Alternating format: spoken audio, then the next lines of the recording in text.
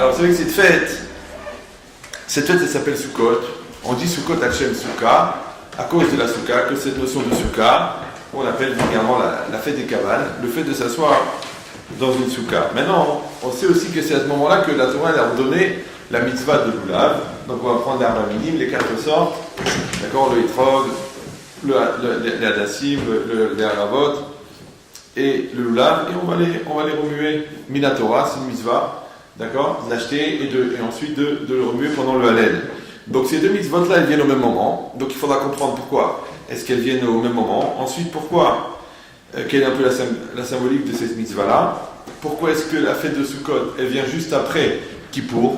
Parce qu'en fait, on va rester 8 jours dans des cabanes qui sont fragiles, donc il aurait mieux fallu les faire au printemps. Surtout qu'elle s'appelle Chag HaAsif, la fête des récoltes, d'accord, et que la Torah a dit que justement avec le fruit des récoltes, alors on fait la Soukha, et le principal de la Soukha c'est quoi? C'est le feuillage. Donc normalement on aurait dû le faire au printemps, quand on fait les récoltes, avec ce qui reste des récoltes, on le met sur le toit et ça fait la Soukha. Non, la Torah a dit qu'il faut le faire juste après Kippour, donc il faudra comprendre pourquoi à ce moment-là. Après aussi, pourquoi spécialement dans la fête de Sukkot, c'est marqué Vesa Marta Bechagecha, tu te réjouiras dans la fête. On sait que chaque fête, il y a une mitzvah de Simcha. Shabbat, il y a une mitzvah de Oneg, c'est-à-dire il y a une mitzvah de délice, de prendre du plaisir à faire Shabbat. Par contre, dans la fête, dans les Chagim, il y a Simcha, il y a la joie. Donc c'est pas le même principe, la joie et le Oneg, le plaisir. Et ici, spécialement dans la fête de Sukkot, la Torah a dit Vesa Marta Bechagecha, tu te réjouiras dans la fête. Donc qu'est-ce qu'il y a de particulier par rapport aux autres fêtes qui sont Pesach et Shavuot? Alors pour comprendre ça, il y a un Sfat Emet incroyable, il dit comme ça. Ta'am Sukkot achar Yom Kippour. Le fait, la raison pour laquelle Sukkot tombe après Yom Kippour, qui a Baalei Tshuva en lahem makom. Parce que les Baalei Tshuva, ceux qui se sont repentis, ceux qui ont fait Tshuva, en lahem makom, ils n'ont pas d'endroit. Natan lahem makom, alors Akadosh Baruch Hu, il leur a donné un endroit. Ve'u Asuka, et c'est la Sukkah. C'est la Sukkah, c'est quoi? C'est l'endroit pour les Bnei Israël qui ont fait Teshuvah à Kippour. Il dit pourquoi? Ki Bnei Israël et Ma'ata Baalei Teshuvah, parce que les Bnei Israël, maintenant, ils sont Baalei Teshuvah, ils viennent de faire Teshuvah, maintenant on vient de passer Kippour. On a fait une bonne Teshuvah. Il dit Ve'yoshvim betzilo shel makom, et ils vont s'asseoir à l'ombre du makom. Parce que là, on sait que Sukkah, le nom Sukkah, il est al Shem Skar. Ouais, le mot Sukkah, la racine c'est quoi? C'est Skar. Et Skar c'est quoi? C'est ce qui recouvre, c'est le toit. C'est que le principal dans la cacheroute de la Soukha, on peut faire une Soukha en acier, on peut faire une Soukha en béton, mais le principal c'est le toit. Et le toit c'est quoi? C'est le srar. Et le srar c'est quoi? C'est ce qui est Messacher. C'est ce qui recouvre. Maintenant, donc en fait, c'est quoi la cacheroute de la Soukha? C'est l'ombre qui est produite par le feuillage. C'est pour ça que pour qu'elle soit cachère, il faut si la tame ruba michamata, il faut que l'ombre soit plus épaisse que la luminosité. C'est-à-dire qu'ici, il fait trop clair dans une soukha, c'est pas cachère. Maintenant, pourquoi? Parce que tu dois sentir l'ombre. Ça s'appelle tsilo, c'est l'ombre de la soukha. Alors, encore une fois, le principal de la soukha, c'est le toit. Et le toit, pas pour le toit lui-même, mais pour l'ombre qu'il produit. D'accord? Maintenant, ici, c'est marqué que les Bnei Israël, après Yom Kippour, ils sont considérés comme, ils sont Baalei Teshuvah. Et le Baal Teshuvah, il n'a pas de makom. C'est-à-dire quoi le Baal Teshuvah, il n'a pas de makom? Alors, il explique comme ça le Sfat Emet. Ve'ine be Rosh Hashanah ve Yom Kippour nig'alim mi Yetzer hara. Les Bnei Israël, au moment de Rosh Hashanah et de Kippour, ont été libérés du Yetzer hara. D'accord? Au moment de Rosh Hashanah, on a fait le din, on a fait le jugement, et on a fait une grande Teshuvah. Et après, au niveau de Kippour, c'est tellement séparé de toute forme de matérialité, qu'en réalité, on est tout nu. Il dit, c'est ce qu'il dit. Il dit, Bechesed Elyon. Il dit, par la bonté d'Hachem, Ve'acharkar tzrichim agana beyoter. Et après cela, ils ont besoin d'une protection supplémentaire. Lekach hakadosh baruch hu magen alenu acharkar besuka. C'est pourquoi Hachem, après cela, nous protège dans la soukha. Ça, c'est les mots du Sfat Emet. Maintenant, on va essayer de comprendre un petit peu qu'est-ce que ça veut dire. Qu'est-ce que ça veut dire que il nous magen, il nous protège dans la soukha. Il dit, on a dit soukha, c'est Milachon skar. Le langage de soukha, il vient de la notion de skar. Et skar, c'est le toit. Il dit donc, ça veut dire que ça vient pour recouvrir. Ça vient pour recouvrir. Il dit cette logique-là, que quand quelqu'un, il a fait tchouva, il perd ses repères. Pourquoi? Comme dans n'importe quel domaine. Oui, quand quelqu'un, il est dans un domaine, et on lui enlève ses repères, alors il est perdu. Ouais, comme quand vous arrivez dans un endroit, vous ne parlez pas le tchétchène, Alors vous êtes perdu, d'accord. Ou la synagogue, est-ce qu'il y a une communauté, même pour dire comment on trouve la rue, c'est quoi une boulangerie. Tu parles pas le tchétchène, t'es perdu. En France, tu te débrouilles. Mais en Angleterre, tu parles un peu l'anglais. Mais là-bas, tu parles pas le tchétchène, t'es perdu. C'est tes repères. Il dit c'est exactement pareil. Il dit quand quelqu'un, il est bien installé dans le bien, quand on lui enlève ses repères, eh ben, il est perdu. Et quelqu'un, quand il est bien installé dans le mal, quand on lui enlève ses repères, il est perdu. Ouais, comme Chazvé Shalom, quand une femme, elle découvre que son mari l'a trompée, pourquoi elle devient folle? Ou une femme, elle découvre un mari découvre que sa femme l'a trompée, pourquoi elle devient fou? Pourquoi? À part la gravité de la faute, ouais, c'est le fait que la personne, elle se dit deux problèmes. Premier problème, c'est que son monde, c'est faux.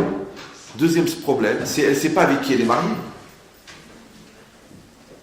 C'est pas une histoire genre qui a duré un soir dans un bar, le gars il a bu un coup et il était à Montpellier et puis bon, il a mal tourné sur une soirée. Ça fait 3 ans que ça dure. 3 ans de mensonges, 3 ans de tralouette, 3 ans de chérie, comment ça va, 3 ans je suis fatigué, 3 ans j'ai pas la tête, j'ai une réunion de travail, je suis obligé de passer la nuit là-bas, j'ai raté l'avion. 3 ans de faux, 3 ans. La personne elle dit mais le monde il s'écroule. Le monde il s'écroule parce que je ne sais pas avec qui je suis marié. J'ai découvert le visage de mon mari. Ouais. L'autre, j'ai découvert ma femme, une autre personne, une autre personnalité. Et puis avec toi, était chat neuf et tordu et méchant et pervers et vicieux. Et avec l'autre, l'Achnine et le gentil. Je dis, c'est pas possible, mais c'est combien de visages? Alors, de la même manière. Mais au lieu que ça soit ton mari que tu as perdu en tant que repère, ou ta femme que tu as perdu en tant que repère, ou ton père que tu as perdu en tant que repère, c'est toi-même que tu as perdu en tant que repère. Parce que quand l'homme il est bien avec son Yetzirara, vous savez, on a expliqué déjà 1 million de fois que le Yetzirara, ce qui est extraordinaire, c'est qu'il va faire le travail à ta place. C'est-à-dire, il va te proposer d'exister à ta place. Donc quand toi tu es habitué à l'écouter dans la colère, dans les nerfs, dans le mensonge, dans le tralouet, maintenant tu décides d'être vrai, mais tu es tout nu dans la vérité. Tu sais, des gens, ils mentent comme ils respirent. C'est-à-dire, pour dire la vérité, c'est pas, ils se mettent à bégayer parce qu'il fait un calcul. Attends, c'est faux. Ouais. L'autre, il est tout le temps en train de jouer un rôle. Donc maintenant qu'il décide d'être lui-même, authentique, il est tout nu. C'est connu quand les voyous, quand on les attrape, les petits chefs de bande comme ça, qui font les petits frimeurs, les petits trucs et qui crachent sur la police et tout, qu'est-ce qu'on fait? On les sort de la bande, d'accord? On les amène tout seuls au commissariat et on les met tout nus. Bon, aujourd'hui, c'est plus possible. Mais à l'époque, on les mettait tout nus dans le couloir. J'ai parlé avec un policier. Il m'a dit, tu prends le gars, tu lui enlèves son jean, ouais, tu laisses en slip, tu lui enlèves son blouson en cuir, ouais, tu lui enlèves sa matraque, tu lui enlèves son couteau, et tu le mets dans le couloir, et tu le laisses tout l'après-midi. Et tout le monde passe à côté de lui, excusez-moi, pardon. Le gars, il est comme ça, tout nu. Et ben le petit caïd, il devient un petit khalagui. Ah, tu lui dis alors, Fernand, c'est bien ton prénom, Fernand. Oh, ben ça va, mon chéri, tu t'appelles Fernand. Donc Fernand de la chair, c'est toi qui voles les motos, c'est toi qui dis la drogue. La zonerie s'est calmée. Pourquoi? Parce que tu l'as mis à nu, tu lui as enlevé ses repères. C'est exactement pareil. Pourquoi? Parce que comme les Bnei Israël ont fait Teshuva, et qu'ils étaient bien, entre guillemets, dans leur repère de faute, alors maintenant qu'ils sont mis à nu devant Hachem, alors ils sont déballés de Teshuva. Et ils sont tout nus. Donc ils n'ont plus de makom. Pourquoi? On a déjà expliqué à peu près 254 fois cette notion, mais il faut la redire dans l'espoir que celui qui vous l'enseigne, un jour, si Dieu veut, il va la comprendre. C'est que le mot makom en hébreu, il veut dire lieu. Ouais. Mais il vient du mot mekayem. Et mekayem, c'est quoi? C'est ce qui fait exister. Donc, sortez un petit peu de la dimension étriquée du dictionnaire qui va vous dire que makom, ça veut dire lieu, et essayez de rentrer dans ces sphères intellectuellement élevées que makom, ça vient de mekayem, et mekayem, en hébreu, ça veut dire ce qui existe et ce qui rend possible. D'accord? Maintenant, si on dit que makom, ça ne veut pas dire le lieu, mais ça veut dire ce qui rend possible. Donc ça veut dire que le makom, c'est ce qui rend possible la chose. Ça va? Par exemple, quand à l'intérieur de moi-même, par exemple, quand j'aime quelqu'un, pourquoi j'aime quelqu'un? Pourquoi? Je l'aime. Mais les pommes aussi, tu les aimes, mais tu as vu dans quel état tu les mets. Dès que tu atteins l'autre oignon, tu te sépares d'elle. Tu as pris le meilleur. Ça ne s'appelle pas aimer, ça s'appelle consommer, ça. C'est quoi aimer? Aimer, c'est investir.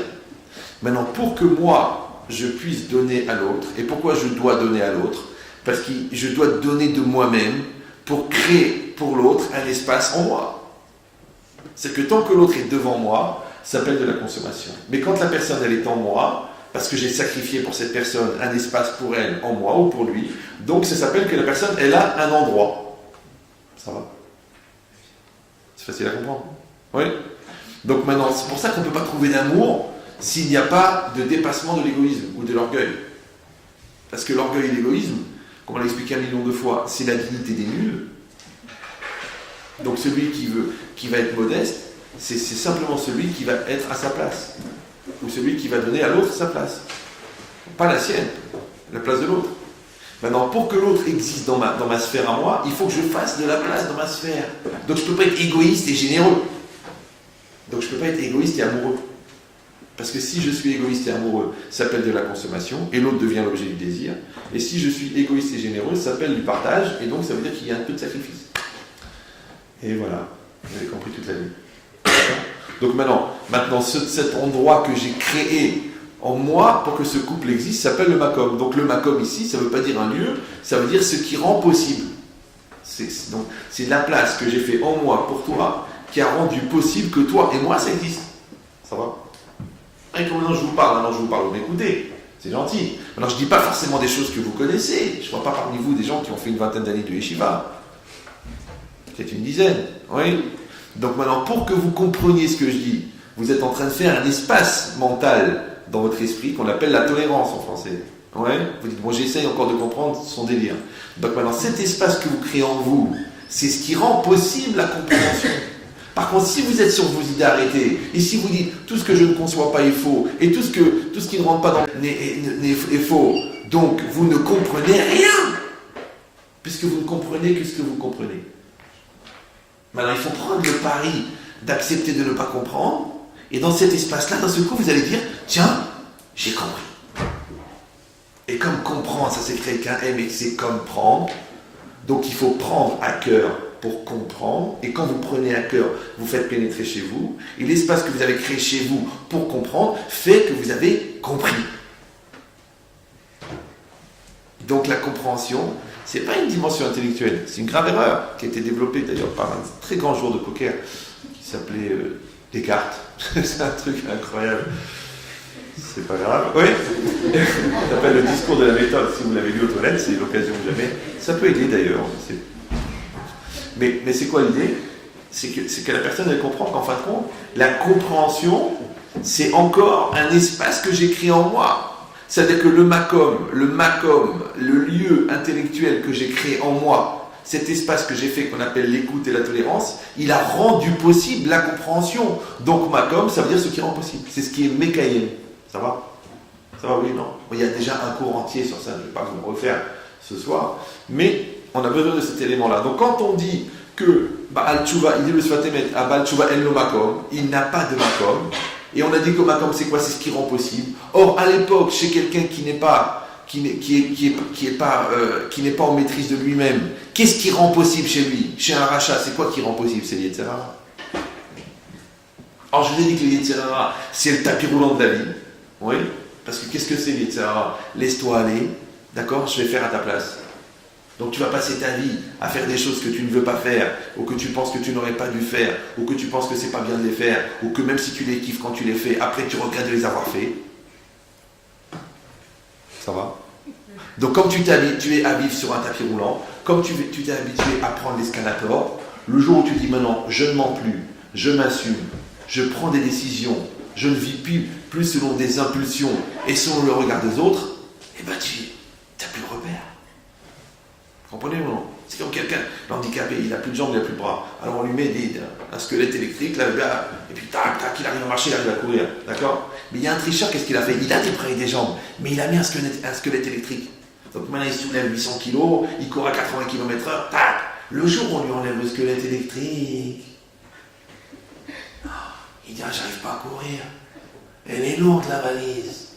Et bien c'est pareil. Celui qui est habitué à écouter l'Yetzer Hara, le jour où on lui dit maintenant c'est toi qui assumes, il a du mal. Ça ne peut pas payer le loyer des enfants quand ils ont 34 ans. Parce qu'à 35 ans, ils t'attaquent en justice pour non-assistance à personne en danger. Alors que si tu lui as dit, écoute mon fils, tu veux aller faire ses études, moi j'ai pas d'argent. Donc tu vas à la fac le jour et la nuit tu travailles. Tu fais des cours de maths, tu fais des babysitters, tu répares des voitures, tu travailles, tu répares des ordinateurs. Le gars, il va y aller, hein. Il va y aller. Alors que toi, tu lui dis, oh, mon fils, tu as le stress de rentrer en dentaire à Paris, va en Espagne, 18 000 € par an, fais ton kiff. Bon, il n'y a pas de cache-route, il n'y a rien, c'est pas grave, d'accord. Et tu as besoin de cours particuliers. Tiens, comment tu vas faire sans une voiture? Tiens, comment tu vas faire tout seul, jeter, allez, à 3 pièces, mon fils. La cache-route, bien sûr, tous les vendredis, tu vas recevoir les gâteaux de Contini, c'est normal. Les karata, le Shabbat, Oneg. Donc le gars, il lui a coûté 40 000 € l'année, il vient, il dit, maman, je redouble. Le coup, il n'est pas fou, le gars. Il a fait un an de kiff, il va doubler, il va faire 10 ans, dentaire en 10 ans, il a fait 10 ans de kiff. Et les parents, les pauvres, en train de dire, tiens, mon fils, tiens, je sais pas, j'ai peur, on sait jamais si ça te prend encore ça, tiens, vas-y. Non, les enfants, il faut leur montrer que la vie n'est pas facile. Comme ça, ils vont comprendre. Mais qu'est-ce que tu fais toi? Tu dis non, toi tu l'as rendu handicapé. Après il dit ouais, il t'appelle, j'arrive pas à payer le loyer. Mon fils t'as 45 ans. Moi j'ai travaillé. Toi aussi tu travailles. C'est ta famille, c'est tes enfants, c'est ta femme. Ouais. Alors tu laisses tomber, tu m'assumes pas. C'est ton responsabilité de père, de mère. Et ta soeur, ma soeur. Ah non. Exactement pareil. Le Yetzirara, il fabrique des handicapés mentaux. Ouais, il fabrique des handicapés de la colère, des handicapés des nerfs, des handicapés de la lourdeur, des handicapés de la flemme. Il les habitue. C'est comme le loto, le casino. Le casino, toujours la première fois tu gagnes. Et après tu te fais exploser et t'espères te refaire. Mais c'est pas ta fortune qu'il faut refaire, c'est toi qui as à refaire. Le dealer, la première dose, il te la donne gratuite, c'est normal. C'est normal. Ouais, avec la feuille, c'était difficile. Avec la Goya, c'était facile. C'est l'escalator. Alors vas-y, va construire maintenant avec la feuille. Elle est exigeante, elle est dure, elle est typée, Et l'autre, Christine, gentille, j'ai douce. Moïse, je te repasse ton télécatage. Moïse, c'est bientôt Shabbat. Fais vite. Et la feuille, j'en ai à foutre de ton Shabbat. C'est dur. Il y a des tentations, des fois, qui sont difficiles. C'est compliqué. Pourquoi? Parce que ça, c'est l'escalator. Et ça, c'est l'escalier. Donc maintenant, qu'est-ce qui s'est passé? Quelqu'un qui est bien dans l'erreur et qui est bien pris en charge par les Yetzirara et que son makom, c'est-à-dire ceux qui le faisaient bouger, ceux qui le faisaient exister, ceux qui le faisaient réaliser, c'est le Yetzirara. Donc quand il fait Teshuvah, il a renoncé à tout ça. Un petit peu ou non? Donc El Makom, il n'a pas de repère, il n'a pas d'endroit. Alors Akadosh Baruch Hu, il a dit, puisque toi tu as renoncé à tous tes repères, alors moi je vais te donner des repères. Moi. Et c'est quoi le repère? Viens dans la souka. Ça va? Si c'est comme ça veut dire quoi? Ça veut dire que, et ça c'est difficile, parce que Makom, ça veut dire quoi Makom? Quand tu dis un lieu, un endroit, ça veut dire que c'est quelque chose qui est kavua, quelque chose qui est solide. Ouais? Et la Torah, qu'est-ce qu'elle dit? Tse midirat keva, veshev midirat arai. La Torah a demandé à l'homme, tu sors de ta maison fixe et tu t'installes, pas tu t'assois, pas tu rentres, pas tu passes 5 minutes après le kidouche, tu manges 30 grammes de pain. Tu vas vivre dans la souka. Tu sais que c'est une mitzvah, d'après la Torah, de vivre dans la souka. Moi je me rappelle les gens, à l'époque, qu'est-ce qu'ils faisaient? Alors, juste au tournel là-bas, alors vite, on fait un petit kidouche, on mange 30 grammes de pain, on rentre à la maison. C'est pas que ça existait. Il y en a qui faisaient, dans le lustre, ils mettaient des branches de sol. Comme ça, ils sont en dessous de la souka. Dans la machine, à la maison. Ouais. La souka, normalement, tu dois manger dans la souka, tu dois dormir dans la souka, tu dois vivre dans la souka, tu dois te reposer dans la souka. Même une petite sieste, tu l'as fait dans la souka, tu étudies la Torah dans la souka, tu reçois ta famille dans la souka, tu vis dans la souka.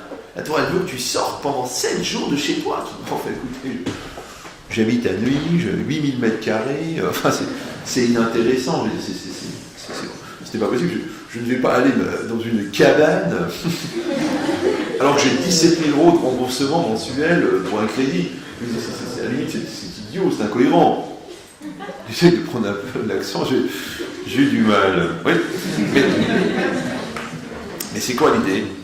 C'est que, en fait, la Torah, maintenant, elle veut que tu sortes de ta maison fixe et que tu rentres dans une maison Arai. La souka, elle s'appelle Dirat Arai. C'est quoi Arai en hébreu? C'est pas un tramway. Arai, c'est quoi? C'est quoi? C'est éphémère. D'accord? Alors, il y a plusieurs lectures. Pourquoi la souka, elle est éphémère? Soit parce qu'elle est éphémère, parce qu'elle ne dure que 7 jours. C'est une cabane qui va durer 7 jours. Ouais.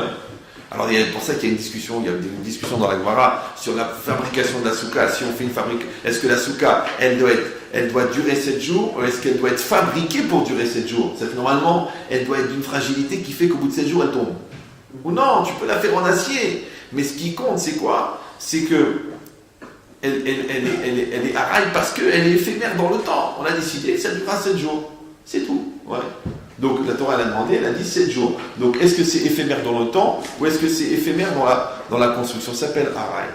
Maintenant, ce qui est bizarre, quand on dit que c'est dans le temps, c'est quoi 7 jours?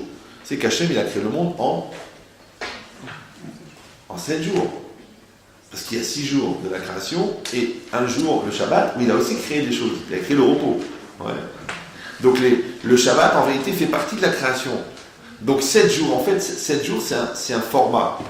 C'est un format. 7 jours de la création, 7 jours de deuil, quand tu es en deuil, 7 jours, la femme elle est impure, d'accord, 7 jours quand quelqu'un il a touché un mort, il est impur pendant 7 jours. Pourquoi? Parce que comme il a fallu 7 jours pour mettre en place la vie, donc, et que l'impureté c'est quoi? C'est l'état d'être de la non-vie, d'accord? Pourquoi la femme, quand elle est nida, elle est impure pendant 7 jours? C'est pas que elle est impure, la pauvre, elle n'a rien fait.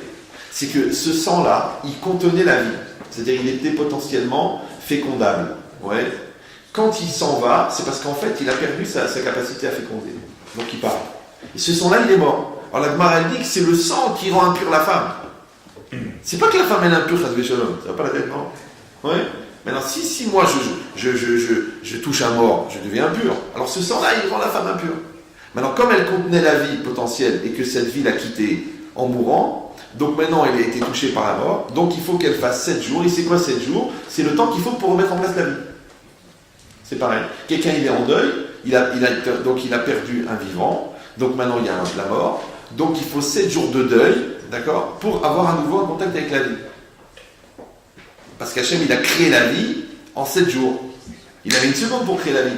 Mais pour mettre en place tous les éléments qui sont nécessaires pour la vie, c'est 7 jours. Donc 7 jours, c'est un format. Donc 7 jours de deuil, 7 jours de nida, 7 jours 7 années de Shemitah, 7 fois 7 années, d'accord, 70 ans, c'est considéré comme la longueur de vie normale, ouais. 7000 ans, en vérité, les 6000 ans de la création, plus les 1000 ans de Mashiach, ça fait 7000. Donc le chiffre 7, c'est un format dans la Torah. D'accord? Mais pourtant, il y a Shemini Atzeret. Après les 7 jours de Sukkot, il y a le 8e jour. Et ce jour-là, il correspond à quoi? Au Lamaba. Comme il y a les 7 jours de la création, et le 7, c'est le chiffre de l'Amazé, de ce monde-ci, et le 8, c'est le chiffre du Lamaba. D'accord? Mais le chiffre du Lamaba, ça n'a pas tellement de sens. Parce qu'à partir de 7, c'est infini. D'accord? Donc ça veut dire 7,1 plus l'infini. Donc c'est pour ça que c'est au Lamaba. Donc cette notion-là, c'est quoi? C'est qu'on vit dans un système qui est limité et s'appelle aussi Araï. C'est-à-dire que de toute façon, la vie elle-même, elle est Araï. Parce que les gens disent, bah, oh Hachem, les Ma'an Hachem, Odou Hachem, qu'Hachem nous protège. Mais chacun il sait que la vie, c'est rien. C'est rien la vie. Tu pètes un grand pot automobile et paf, tu rencontres une dépanneuse et c'est fini. C'est rien la vie. Ouais, une rupture d'anévrisme, c'est rien. Un accouchement qui se passe mal, c'est rien. Une mauvaise oxygénation du cerveau à la naissance, c'est rien. Tout est rien. Et pourtant, c'est... Donc au fond, on croit qu'on est solide. Ah, mais il fallait le voir quand il montait les escaliers en portant les pianos. Et ben le mec, il a fait un arrêt cardiaque. Hein. Rien, une petite bulle d'oxygène, de rien du tout. La balle passée. T'entends? Chiffre à l'eau. Donc la solidité, en vérité, c'est une illusion. C'est comme la richesse. Le mec, il a fait un coup en bourse, la culbute 5 fois, mais lui, c'était à l'envers. Donc il a tout perdu. Monsieur, votre costume n'est plus à vous. La maison n'est plus à vous, la voiture n'est plus à vous, il n'est plus rien. Ce n'est pas possible, mais mon compte en banque, c'est à vous, monsieur aussi. Vous êtes perdu. Tu vois, c'est comme ça, la vie c'est comme ça. Ça veut dire que c'est très solide et c'est très fragile. Alors qu'est-ce qui est illusoire? La solidité ou la fragilité? Alors c'est la Torah elle t'a dit. Elle dit tu vas sortir de ta maison fixe pour aller dans une maison qui est araï, d'accord? C'est-à-dire qui est provisoire, qui est éphémère. Donc la soukha, on a dit qu'elle est éphémère dans le temps, à cause des 7 jours, et elle est aussi éphémère dans la solidité, dans la construction. On met des bouts de bois, on met des trucs comme ça qui s'emboîtent les uns dans les autres, et hop, on met un scar. C'est fini. Et c'est fragile. Ah, tu sais très bien que tu ne vas pas pouvoir monter 6 étages sur une soukha. C'est fragile. Et ça s'appelle le côté éphémère.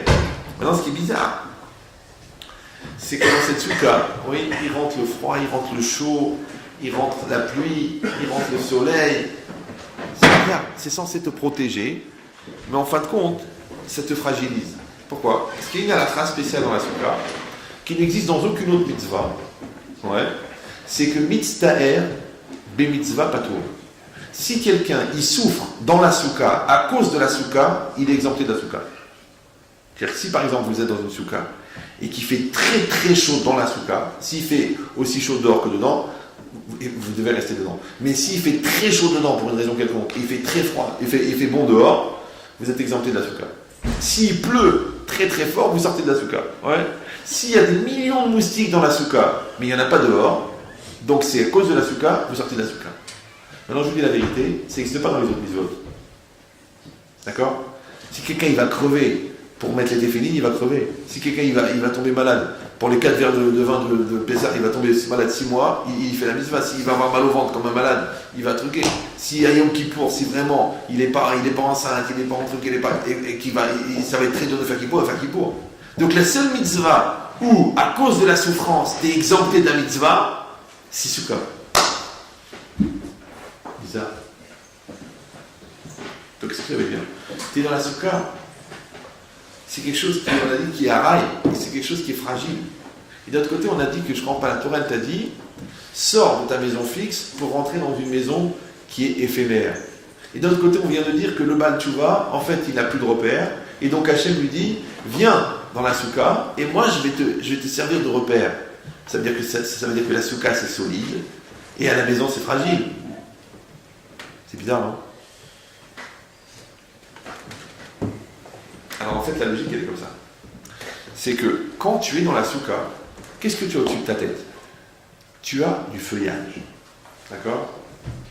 Le feuillage, c'est quoi? C'est la nature. La nature en hébreu, c'est Ateva. Et Ateva, c'est la même valeur numérique que Elohim. Et Elohim, c'est un nom d'Hachem. Maintenant, nous, quand on est dans la soukha, qu'est-ce qui nous sépare du ciel? C'est le scar, c'est le feuillage. Et le feuillage, ça représente la nature. Maintenant, dans la vie, qu'est-ce qui nous sépare de Dieu? La nature. D'ailleurs, ils ont créé un système qui s'appelle la science pour expliquer la nature afin d'éviter que derrière la nature, il y a quelqu'un. Pourquoi elle a été créée la science? Vous savez pourquoi elle a été créée la science? Vous savez ou non? Non? La science, elle a été créée, ouais, parce que les hommes ne voulaient plus être soumis à l'Église, ouais, au dogme de l'Église. Donc ils ont dit, écoute, la seule manière de se débarrasser du stress que l'Église nous donne avec du divin, c'est de comprendre que la nature fonctionne de manière indépendante du divin. Ça, c'est l'origine de la création de la science. C'est pour ça que ça a été créé. Après, ils ont fait genre le progrès, l'amélioration des choses, qu'on vient de la science, on a besoin de la science. En réalité, le but de la science au départ, c'était quoi? C'était ça. C'est-à-dire, si j'arrive à expliquer que le monde fonctionne sans Dieu, j'ai plus le stress de Dieu. Et le problème, c'est que plus la science avance, et plus elle prouve que Dieu existe. C'est l'éternel problème. Tu sais pourquoi? Parce que les choix que tu fuis, c'est ceux-là qui te rattrapent.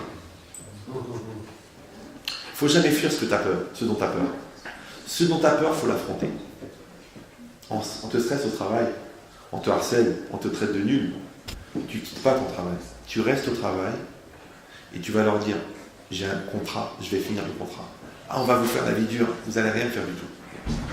Pourquoi? Parce que moi, je vais me servir de la difficulté pour sortir fort. Je ne vais pas sortir faible et en dépression parce que vous m'envoyez des emails trucs et parce que vous me mettez à part ou parce que vous jasez sur moi. Parce que moi, vous êtes des pauvres types. Parce que les chiens aboient et les caravanes passent. Parce que les caniveaux continueront à faire du bruit dans le monde. Parce que les chiottes, ça fait toujours le même bruit quand on tire la chasse. C'est comme ça la vie. Donc moi, je vais m'impressionner du fait que vous tirez la chasse avec votre bouche. Si moi je rentre dans votre harcèlement, c'est parce que c'est ma faiblesse qui est votre force. Donc je dois dire le contraire. Je dois dire merci de me mettre à l'épreuve parce que je vais sortir fort. Et c'est moi qui va partir, c'est pas vous qui allez me faire partir, c'est moi qui va partir. Mais je vais finir ce contrat. Et je vais finir ce diplôme. Ah, vous me stressez, je vais finir mes diplômes. Et je vais partir. Peut-être je vais pas être dentiste, mais je vais finir dentaire. Je vais finir. Je vais pas partir sur un échec. Je vais finir dentaire et je vais créer une boîte d'informatique. Mais quel rapport? Aucun rapport. Mais les efforts que j'ai faits, la capacité de concentration, ma capacité à gérer mon stress, ma capacité à remettre en cause, ma capacité à travailler des nuits et des nuits sur un projet, ça a fait que j'ai développé des qualités, je ne fais pas n'importe quoi avec ça. Mais si moi je me suis servi de mes études pour me fabriquer une logique d'échec, mais je deviens un monstre. Comprenez ou non? Et dans tout c'est pareil. Combien de fois les gars me disent oui, voilà, même dans le couple, je dis écoutez, peut-être que vous allez divorcer. Mais profitez de ce challenge, parce que voilà, bon, il se trouve que tu ne la supportes plus, mais il se trouve aussi que tu es un grand coléreux. Donc peut-être que tu peux profiter de ce challenge pour régler ton problème de colère. Alors après, peut-être que ce que tu auras tiré comme bénéfice, tu t'es soigné de ta colère, peut-être tu l'utiliseras dans un autre couple. Mais si toi, tu continues à penser que c'est la faute de l'autre, et que si tu es énervé, c'est parce qu'on t'énerve, c'est normal puisque tu as un système nerveux. Donc tu es toi-même un système nerveux. Mais toi, tu ne dois pas être énervé parce qu'on t'énerve. Tu dois être énervé parce que tu t'énerves. Maintenant, si on t'énerve, ça veut dire que tu es victime de l'énervement que les gens produisent chez toi. Donc, tu n'es plus en action, tu es en réaction. C'est ce qu'ils appellent vulgairement une réaction naturelle. Vous savez, je n'ai fait que réagir naturellement. C'était une réaction naturelle. Mais les réactions naturelles, c'est pour les animaux, les plantes, les phénomènes physiques. Mais un homme ne doit pas avoir des réactions naturelles. Un homme, il doit avoir des actions surnaturelles. Et je ne parle même pas de la religion. Ouais. Avant la religion déjà. Ouais. Que toi, tu dois avoir une action. Action, c'est le contraire de réaction. Réaction, je réagis parce que l'autre agit. C'est-à-dire que l'autre agit et moi, je réagis. Mais moi, je ne veux pas réagir. Je ne veux pas que l'impulsion de mon existence, elle vienne de toi. Je veux que l'impulsion de mon existence, elle vienne de moi. Donc, je veux, moi, agir. Ça va? Et je ne veux pas que ça soit naturel, parce que naturel, ça veut dire que ça vient de ma partie naturelle à moi, de mon côté animal. Moi, je ne veux pas que ça soit naturel. Je veux que ce soit surnaturel. Donc, je vais avoir une sérénité au-delà de la nature. Et je vais avoir une honnêteté au-delà de la nature. Et je vais avoir une maîtrise de mes pulsions animales au-delà de la nature, parce que je ne suis pas un animal.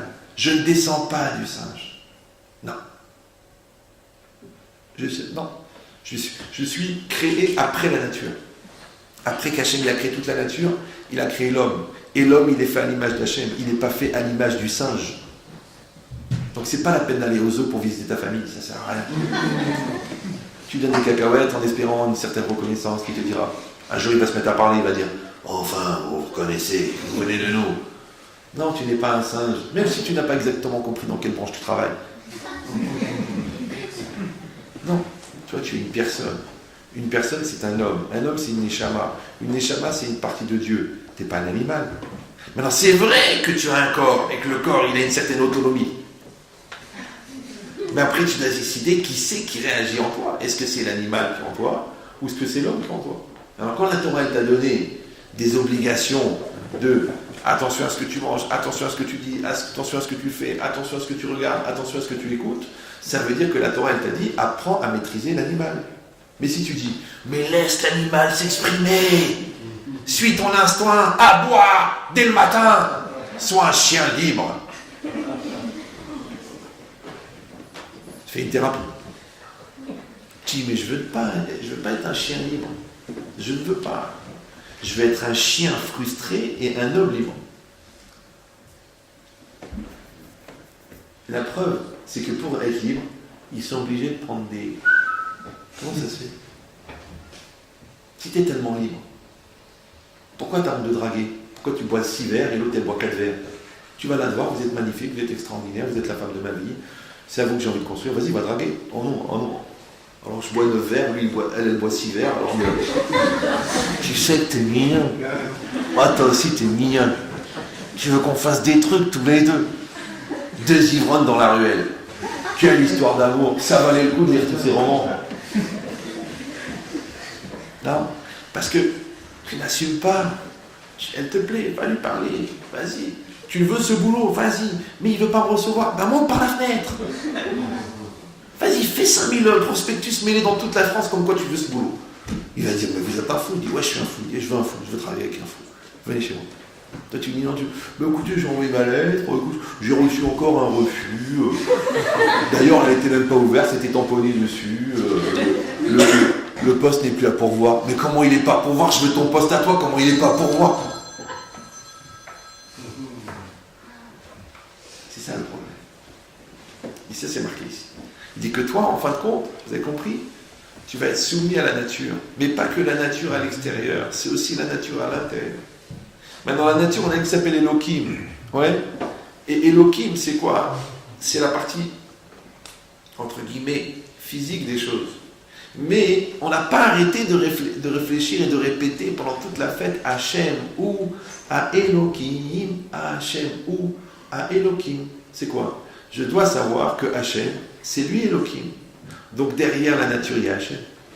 Donc tous les scientifiques doivent faire teshuva le jour de Rosh Hashanah. Parce qu'ils ont dit, je croyais qu'il n'y avait que Elohim. Il n'y a pas que Elohim. Il y a Hachem qui est Elohim. C'est que la nature, c'est le pantin. Et le bon Dieu, il tient les ficelles. Et si quelqu'un va dire, alors quoi, ça veut dire que la nature, c'est le pantin de Dieu? Mais t'as mieux encore. Même toi, tu peux être le pantin de Dieu. Si tu décides de suivre les lois de la nature. Parce que les fils qui tiennent la nature, c'est les mêmes fils qui continuent dans ta chair. Donc quand tu suis ta nature, tu deviens un pantin. C'est pour ça qu'ils ont créé un endroit pour accueillir tous les gens. Bon. Donc, mais c'est quoi l'idée? C'est ça l'idée. L'idée, c'est de dire, est-ce que moi, je vais être, en fin de compte, en résumé, Elul, Rosh Hashanah, Kippour, c'est quoi la question? C'est de savoir, est-ce que tu vas être un serviteur du Yetzer Hara ou un serviteur de Dieu, c'est tout.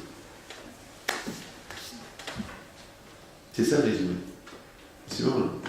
Ou tu vas être un bon serviteur du Yetzer Hara, donc voilà, tu vas écouter tes pulsions, tu vas continuer à mentir, à tricher, à être flemmard, à être lourd, à dire j'ai pas envie de réfléchir et ça me prend la tête et... Ou tu vas dire non, je suis un serviteur d'Hachem. Maintenant, Hachem, dans son régiment, ne prend que des hommes libres.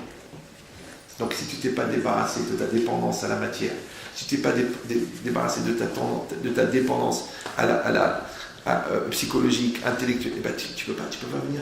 Il faut d'abord que tu te libères. Donc à ce moment-là, que tu es un homme libre, Hachem il te dit bon, c'est bien, tu peux rentrer dans l'armée d'Hachem. Mais c'est pas facile. Parce que c'est tellement confortable de se sentir fort dans le confort. Puisque dans le confort, il y a fort. Mais celui qui ne veut pas le confort, ouais, celui qui ne veut pas qu'on lui accepte sa feuille qui est pleine de ratures, et celui qui ne veut pas qu'il ait toujours des gens qui supportent son mauvais caractère, et quelqu'un qui ne veut pas qu'il y ait d'autres personnes qui payent ses dettes, et quelqu'un qui ne veut pas que ses enfants ils disent bon ben c'est pas grave, il était brel mais il était gentil. Quelqu'un qui cherche la perfection, quelqu'un qui veut grandir, quelqu'un qui veut être bien, quelqu'un qui veut ne rien avoir à regretter, ça existe. Et ils sont... J'ai vu des gens élevés, mais ils sont peu nombreux. Donc c'est quoi? C'est un combat. C'est un combat. Il dit cette logique-là, c'est quoi? C'est marqué ici. Il dit que la Torah, elle sait que pour pouvoir te libérer de ton Yetzer Hara, tu as détruit tes repères. Et cette perte de repères, elle a fait que tu te retrouvais tout nu. Hachem, il a dit, bon, puisque vous n'avez plus de repères, je vais être votre repère. Alors venez chez moi. C'est ça, repère. Repère, c'est père. Le père, c'est repère. C'est pour ça que les gens qui n'ont pas eu de père, ou les gens qui ont refusé leur père, toute leur vie, ils sont en recherche de repères. Maintenant, il faut aussi que le père soit un repère. Si c'est un repère de brigand, ça ne marche pas. Il faut que ça soit un repère. Ouais. Alors, si le père est un repère, alors que tu le veuilles ou non, même si tu es contre ton père, c'est pas grave. Même si tu n'es pas d'accord avec ton père, même si tu es différent de ton père. Ton père, il était Hazan à Meknes, ouais, et toi, tu es devenu jazzman à Los Angeles. À part que vous êtes les deux dans la musique, vous n'avez rien à voir. Et bien, tu vas te surprendre à 54 ans, marié avec 3 enfants à Beverly Hills, à dire à ton fils, qui ne t'écoute pas, ça ne te portera pas bonheur. Tu dis, j'ai fait 4 14 ans d'orthophonie pour enlever mon accent marocain. Et je me surprends à parler comme mon père. Il avait raison, mon psy. La roue elle tourne, tu vas revenir. Aoudon Kolo. Tu vas revenir chez ton père et tu vas revenir chez ta mère. Maintenant, puisque tu vas revenir chez ton père, reviens chez ce qui est bien chez ton père. Ça va? Parce que toi, tu viens de quelque part. Après, tu dis, non. L'autre, il a tout fait pour être ashkénaze, l'autre, il a fait tout pour être séfarade, l'autre, il a tout fait pour être italien, l'autre, il a fait pour être américain. On sait qu'il est marocain. Il a dit, non, je suis américain. Ça sert à rien. Il a appelé ses enfants William, et Kevin, et Marilyn. Mais quand tu t'appelles même Kevin Khalifa, c'est comme si tu t'appelles Mahlouf de la Croix. Ah, il y a un malaise. Tu dis quand même, Mahlouf de la Croix, c'est pas commun. C'est une histoire qui vaut pas un clou. Oui, mais c'est marqué ici. Il dit que la personne, en vérité, vous avez compris maintenant, elle a créé, elle a perdu ses repères. La Torah, elle te dit, viens dans la souka. Mais le problème, c'est que la souka, c'est d'Irataraï. Alors comment quelque chose qui est éphémère va me protéger? Le vent, il rentre, le soleil, il rentre, la pluie, elle rentre. J'entends le bruit, je me sens SDF. Comment ça peut me rassurer? Alors, écoutez bien, cette logique, elle est incroyable. Elle est incroyable. J'aurais dû dire que ça et partir. Ne me tentez pas. C'est qu'en fait, dans la souka, la maison est fragile, mais les valeurs sont solides. Alors que dans la maison est solide, mais les valeurs sont fragiles. C'est vrai ou non? Quand quelqu'un croit qu'il est riche parce qu'il a de l'argent, il est riche parce qu'il a de l'argent, il est riche parce qu'il a de l'argent. Et c'est quoi la pauvreté? La pauvreté, c'est d'être tout le temps en attente de quelque chose. Et c'est quoi la richesse? C'est d'avoir la satisfaction de ce que tu as. Maintenant, si tu prends 3,5 milliards par an d'euros, mais qui te demande 262 millions pour faire un deal à Natania, tu es pauvre parce que tu ne dors pas de la nuit puisque te manque des 160 millions. L'autre, il lui manque 30 euros pour payer son loyer et il ne dort pas de la nuit. Toi, il te manque 260 millions d'euros pour finir le deal et tu ne dors pas de la nuit. Vous êtes pauvres les deux. Et l'autre, très cher. Il est bien. Il a ses 1867 euros. Il paye son loyer. Il paye sa voiture. Il marie ses enfants. Il est bien. Il n'a jamais volé personne. Il n'a jamais triché. Tout l'argent, il est à lui. Il a gagné son travail. Il a des enfants honnêtes. Tout est bien, tout est sérieux. L'autre, il a de quoi payer des thérapies. L'autre, il a de quoi payer la désintoxication de la drogue. Et l'autre, il a de quoi payer un traitement pour qu'il accepte enfin qu'il est un garçon et pas une fille. Il a de quoi payer. Mais l'autre, il n'a pas besoin de payer. Parce qu'il n'a pas le problème. Donc, il n'a rien à payer. C'est vrai ou non? À quoi ça sert d'avoir les moyens de payer ses erreurs? Puisqu'il a l'erreur.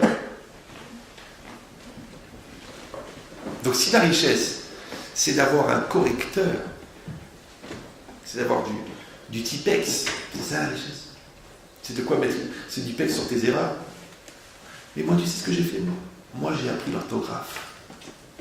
Et je n'ai pas de Tipex. Parce que je ne fais pas de faute. Dans la dictée de la vie. Alors que toi, ta vie, elle est pleine de Tipex. Parce qu'elle est pleine de ratures. Les ratures dans la vie s'appellent les ratés. T'as raté ça, rature. T'as raté ça, rature. T'as raté ça, rature. Alors évidemment, tu mets du Tipex. Tu mets du Tipex parce que je suis quelqu'un de gentil. Tu mets du Tipex parce que je fais des cadeaux à tout le monde. Tu mets du Tipex parce que je suis très apprécié dans la communauté. Tu mets du Tipex parce que je passe à la radio. Mets du Tipex. Mais pourquoi tu as besoin de mettre du Tipex? Ne fais pas de faute. Tu prends ta feuille et tu écris directement, sans brouillon. Moi j'ai beaucoup, moi je ne vais pas vous raconter ma vie, mais quand j'étais en seconde, première, terminale, j'ai beaucoup travaillé pour ça, beaucoup. Apprendre beaucoup de mots, beaucoup de mots de transition, d'enrichir le vocabulaire, et beaucoup de travailler sur des brouillons, pour arriver à ne plus faire de brouillons. C'était ça le projet. Dicter des dissertations, vous avez déjà essayé de faire ça? Tu prends le sujet, tu l'apprends par cœur, tu fais un plan dans ta tête, et après, tu travailles tellement sur la facilité du débit buccal qui s'imprime lui-même dans une logique syntaxique d'expression totale d'un argumentaire développé et amené dans une logique impossible à éliminer parce que les transitions sont elles-mêmes calculées comme un engrenage infini. Quand tu as bien travaillé la machine, tu n'as plus besoin de faire le brouillon. Quand je suis arrivé au bac, j'ai lu le sujet, j'ai marqué sur la feuille, je dois passer le permis, et j'ai fait la disserte.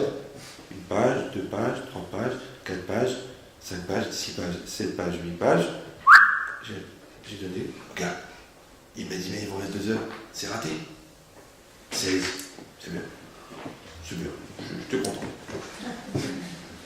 C'est pas pour vous dire, waouh, le mec il a pas fait de brouillon. Parce que moi je pense que dans la vie, il ne faut pas faire de brouillon. Moi je pense. Il y en a des gens, non, ils disent, non, cette vie-là c'est le brouillon. La vie d'après, ça va être super. Ce mariage-là, c'était brouillon. Si Dieu veut, celui d'après. Les premiers enfants, je les dis, bon, c'est pas grave, je vais divorcer de toute façon. Mais après, dans le deuxième mariage, je vais faire des tzadikim.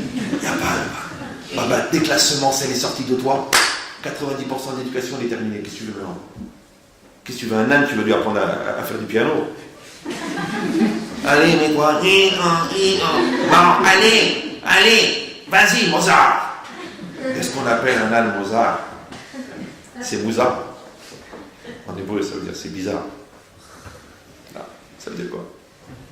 Quand la semence, elle sort de toi, quand la phrase, elle sort de toi, quand l'attitude, elle sort de toi, c'est fini. C'est-à-dire, la feuille, c'est ça. C'est-à-dire que la vie, c'est quoi? La vie, c'est une dissertation sans rature.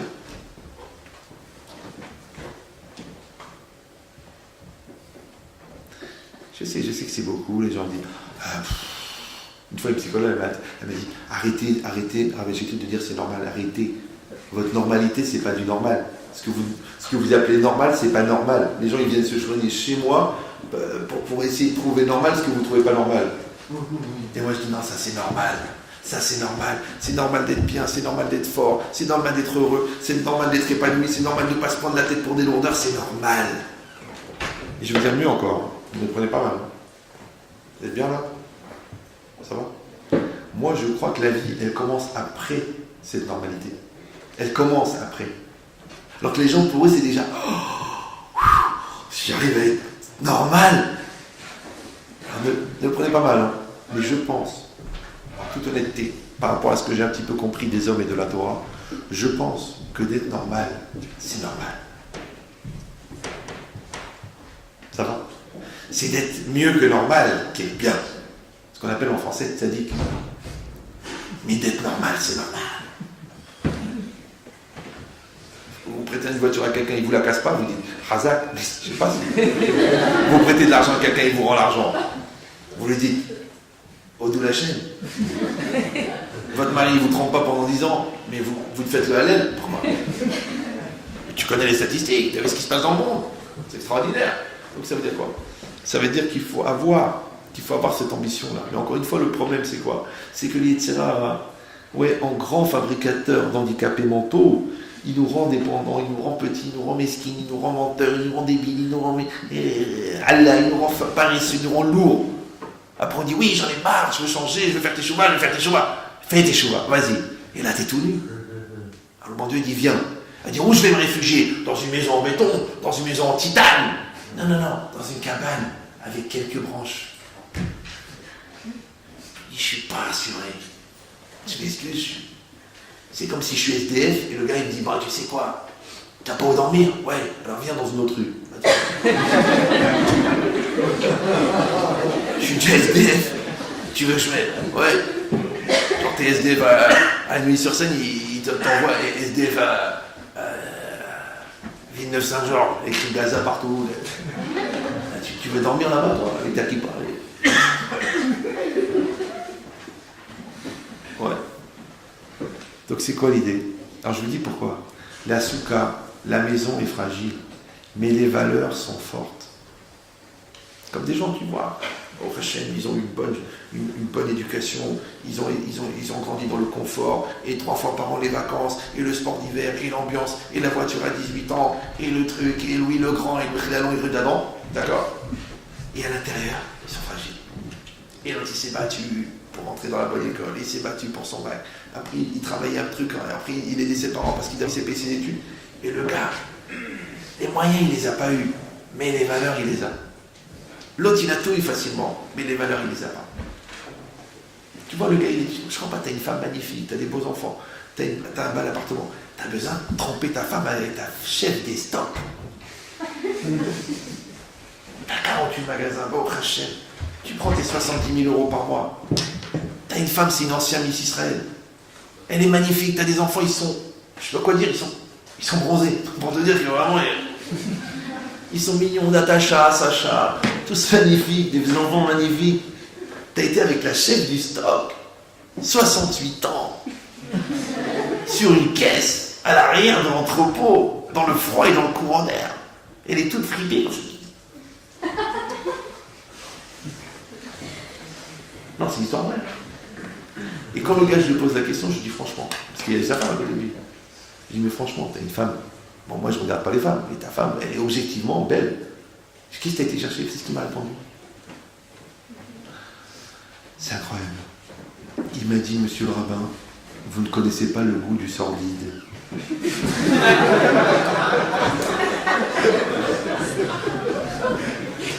ne sais pas si vous comprenez. C'est-à-dire que les gens qui ont le meilleur, ils veulent le pire. Ils veulent le pire, ils veulent les dégueulasses, ils vont se faire des trucs, ils vont se mettre des excréments, ils vont aller se mettre à plusieurs, ils vont violer, ils vont râler, ils vont organiser des trucs pervers. Pourquoi? Parce que comme ils ont le meilleur, ils veulent le pire. Parce qu'on peut, mais t'as le meilleur. Qu'est-ce que tu veux maintenant? Allez, ça n'a pas de goût, c'est insipide.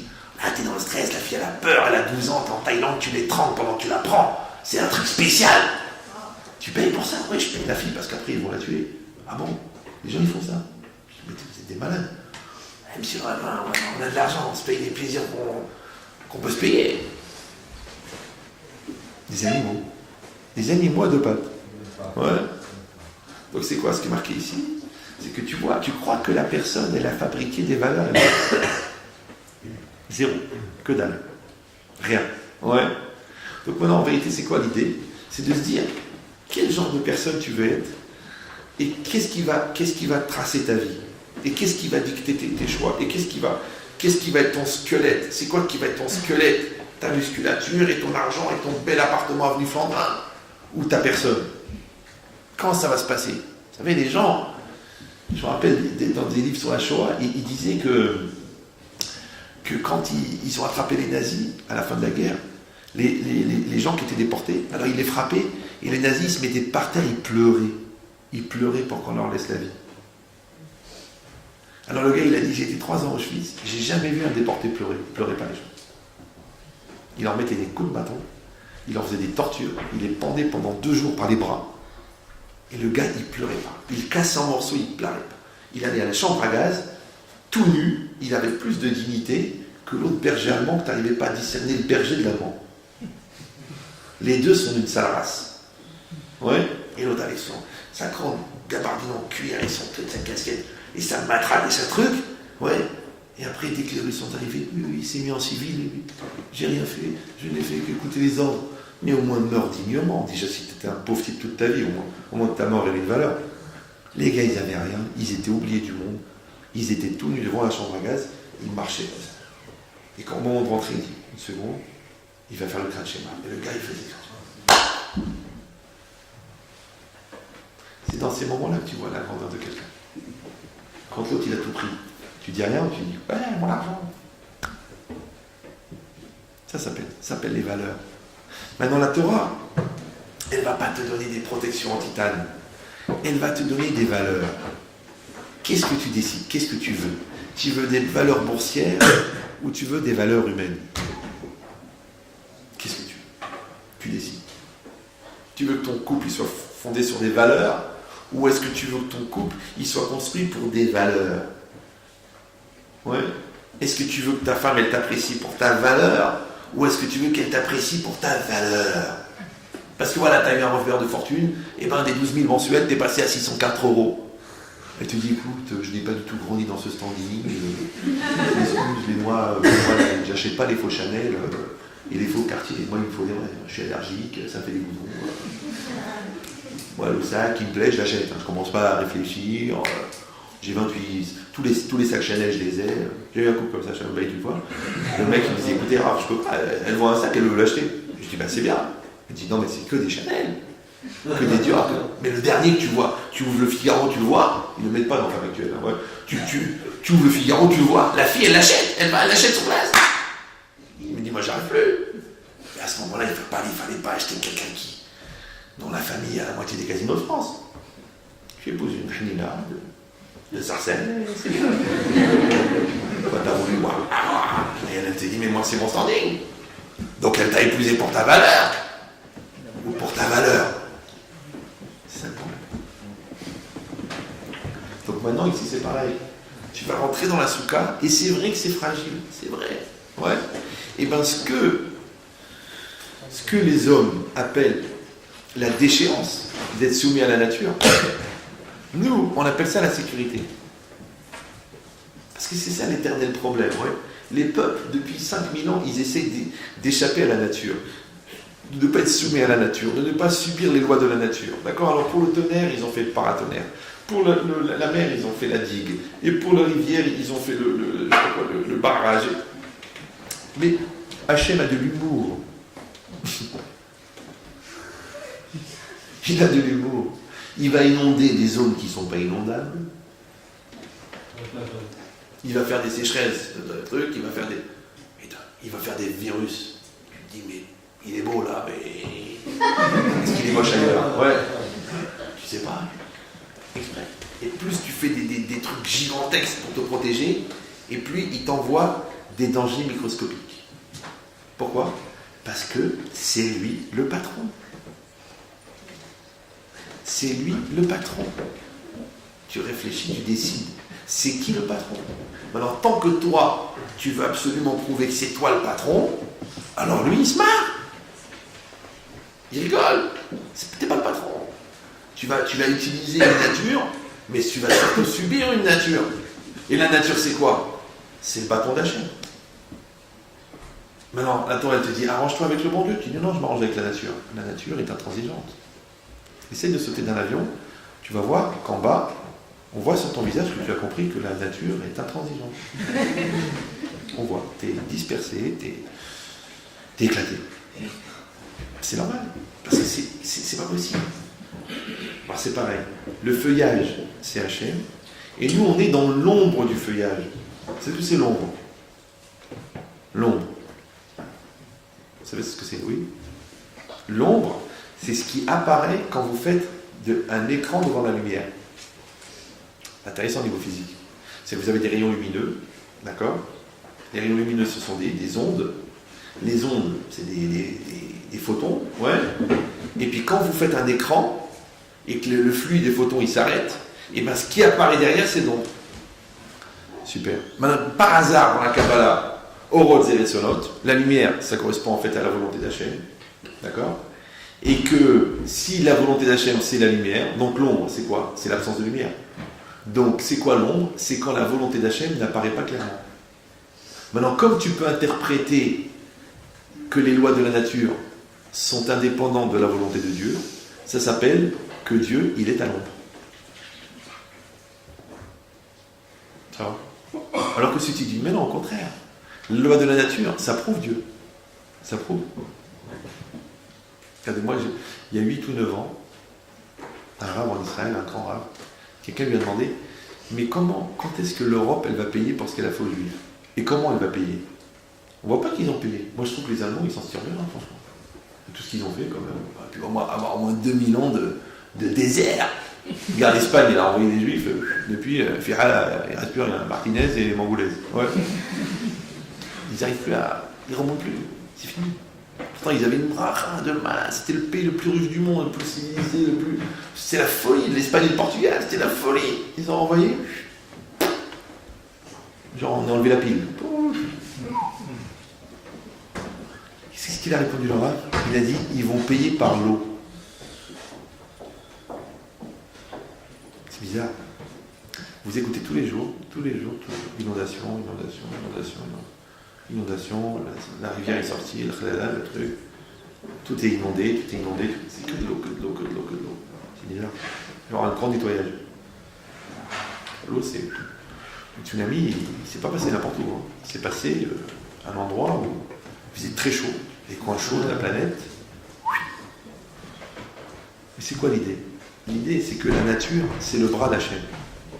Maintenant, le chien, quand tu le frappes avec un bâton, c'est ce qu'il fait le chien? Il mord le bâton. Mais il y a Brel. Le gars qui tient le bâton, c'est lui qu'il faut mordre. Tu ne peux pas le mordre, il est inaccessible. L'autre le contraire. L'ombre du bâton, déjà, il réagit. Il voit le bâton, il voit l'ombre du bâton, il laisse tomber. C'est bon. C'est pour ça que toutes les civilisations, elles ont disparu. C'est vrai. Où ils sont les Romains, les Mésopotamiens, les Crétois. Qu'est-ce qui reste des Crétois? Quelques Cré. Qu'est-ce qui reste des Macédoniens? Vous lisez l'histoire de l'Antiquité, moi je lisais ces trucs-là. La Macédoine, c'est un pays incroyable. Qu'est-ce qui reste de la Macédoine? Une salade. Une salade.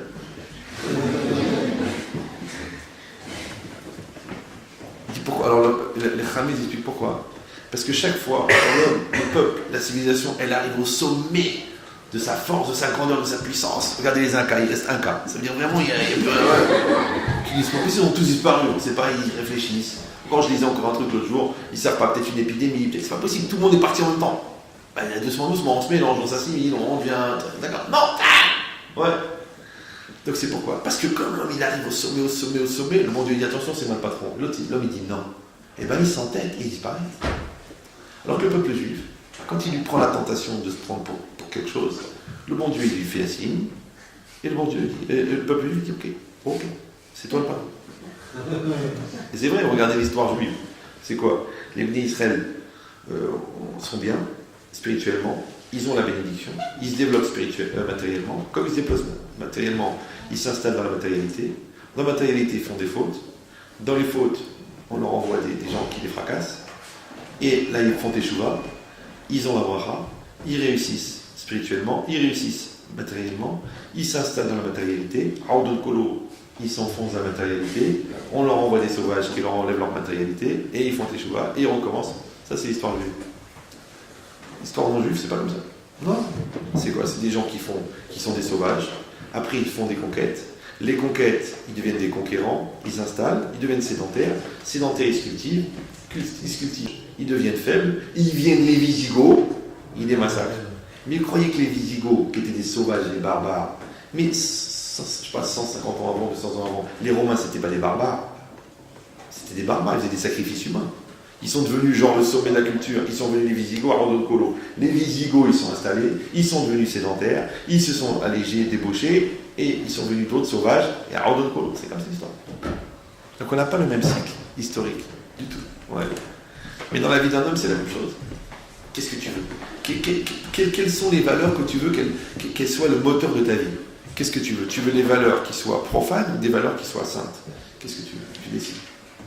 Qu'est-ce qui va construire ton couple? Oui. Qu'est-ce qui va donner la structure mentale de tes enfants? Qu'est-ce qui va être tes choix? Qu'est-ce qui va objectiver tes choix? Je vois des gens qui disent oh, vous savez, c'est pas évident, 3 jours de fête, c'est quand même long. T'es juif, non? T'es juif. Alors, kiffe ta fête. C'est Shabbat, c'est Shabbat. Ouais, mais c'est pas évident, Shabbat, j'ai des courses à faire. Et si t'habites à Quimper, jeté là-bas, tout seul, et pas de synagogue, pas de truc. Tu dis, David, on va faire des courses. Je dis, je peux pas, il faut qu'il me reste quelque chose. Alors, viens, on va instaurer un peu un Shabbat. Alors, si tu étais à Quimper, alors, tu ferais le Shabbat. Mais quand tu t'es installé je sais pas, à côté de Neuilly, alors tu te dis, oh, c'est fatigant, Shabbat, quand même, c'est bon. Alors, viens, on va faire des courses. On va jouer au tennis. Les gens, ils partent dans les îles, ils partent ils font tes joueurs. Et quand ils étaient en France, ils disent, laisse-moi tranquille.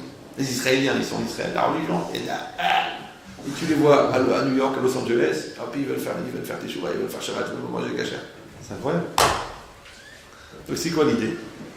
L'idée, c'est que la soukha, elle représente ça. Elle représente qu'un homme, en vérité, il est entre les mains d'Hachem. Pourquoi? Parce que la nature, c'est quoi? C'est le bras d'Hachem. Maintenant, celui qui se sent bien entre les mains d'Hachem, il est dans une certaine sécurité. Celui qui se sent mal entre les mains d'Hachem, alors il va se fabriquer une solidité, mais qui en fin de compte est fragile. Parce qu'on a dit la richesse, c'est fragile, l'amitié, c'est fragile, la santé mentale, les gens ils croient je suis solide, je suis fort, je suis solide, je suis fort. Et d'un seul coup, tu les vois en train de pleurer.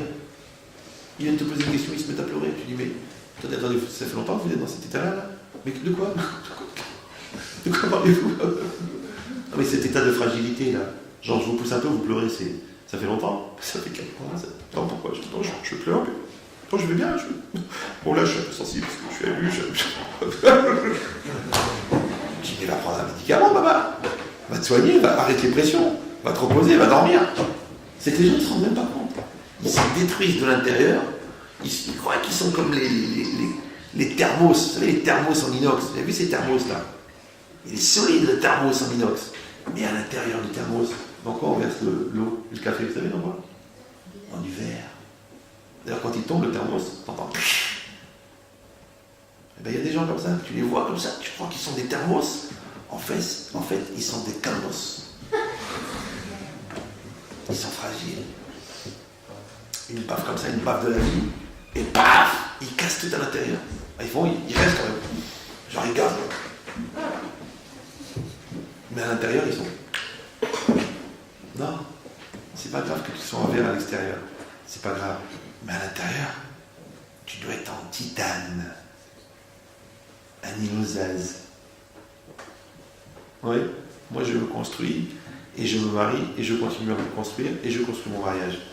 Si le mariage il prend un coup, mais moi je suis construit. Et moi je me construis, et je construis mes enfants. Et si les enfants ils font pas ce qu'ils ont à faire, ils font ce qu'ils ont à faire. Mais moi je me détruis pas. Et moi je continue, et je continue, et je continue. Mais si je dis moi j'existe à travers ma famille, moi j'existe à travers mes enfants, moi j'existe à travers ma maison, et j'existe à travers ma voiture, le mec il a une rayure sur la voiture, il meurt. Mon bijou, ma vie, mon projet, mon but. C'est vrai. Mais qu'est-ce que tu as raté? Il ne sait même pas ce qu'il a raté. Mazé-raté. Il ne sait même pas. Ouais. C'est que tu as regardé. Ouais. Il dit c'est quoi l'idée? C'est ce qui est marqué. Qu'en fin de compte, quand Akadosh Baruch Hu, il a proposé au Béné Israël de venir dans la soukha, Betsilo, chez la soukha, dans l'ombre de la soukha. C'est quoi l'ombre de la soukha? C'est que toutes les valeurs que tu es censé avoir travaillées et acquis pendant toute la période de Elul, et toute la période de Rosh Hashanah, et toute la période de Aseret Yemei Teshuvah, et toute la période de Kippour, toutes ces valeurs-là, normalement, quand tu rentres dans la soukha, tu les as. Vous me suivez ou non? Tu les as. Mais si tu as fait semblant, si tu avais peur de mourir, si tu as fait le hassid et que tu n'as rien acquis, ouais, c'est comme les livres de Moussard. C'est le livre, moi, par exemple, je vous fais un peu de morale, d'accord? Je vous fais de la pensée juive, je vous fais du Moussard. Mais si vous ne travaillez pas pour acquérir ça, mais ça ne sert à rien. Il n'y a pas de différence entre quelqu'un qui ne savait même pas que ça existait la pensée juive et quelqu'un qui sait que ça existe mais qui n'a pas intégré. Moi, si je vous parle de la colère, il faut prendre le cours sur la colère, prendre des notes sur le cours de la colère, le découper en séquences et travailler sur le cours de la colère pendant 6 mois ou 1 an. Je vois des fois, je fais un cours sur le respect de soi, un gars il vient à la fin et me dit « Bon Rav, c'est quoi le respect de soi ?» Des fois je dis « Je crois qu'il se fout de... » Alors je dis « Oui, je comprends ce que tu veux dire. Je t'ai dit maintenant la théorie, mais la pratique, il faut la faire maintenant.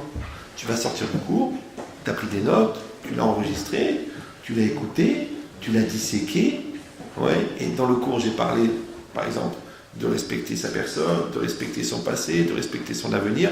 Donc cette semaine, tu vas réfléchir sur ton passé. Et pourquoi tu dois respecter ton passé? Parce que c'est ça ce qui t'a amené à ce que t'es. Donc tu ne dois pas avoir honte de ce que t'es. Après, respecter, c'est se donner le droit d'être.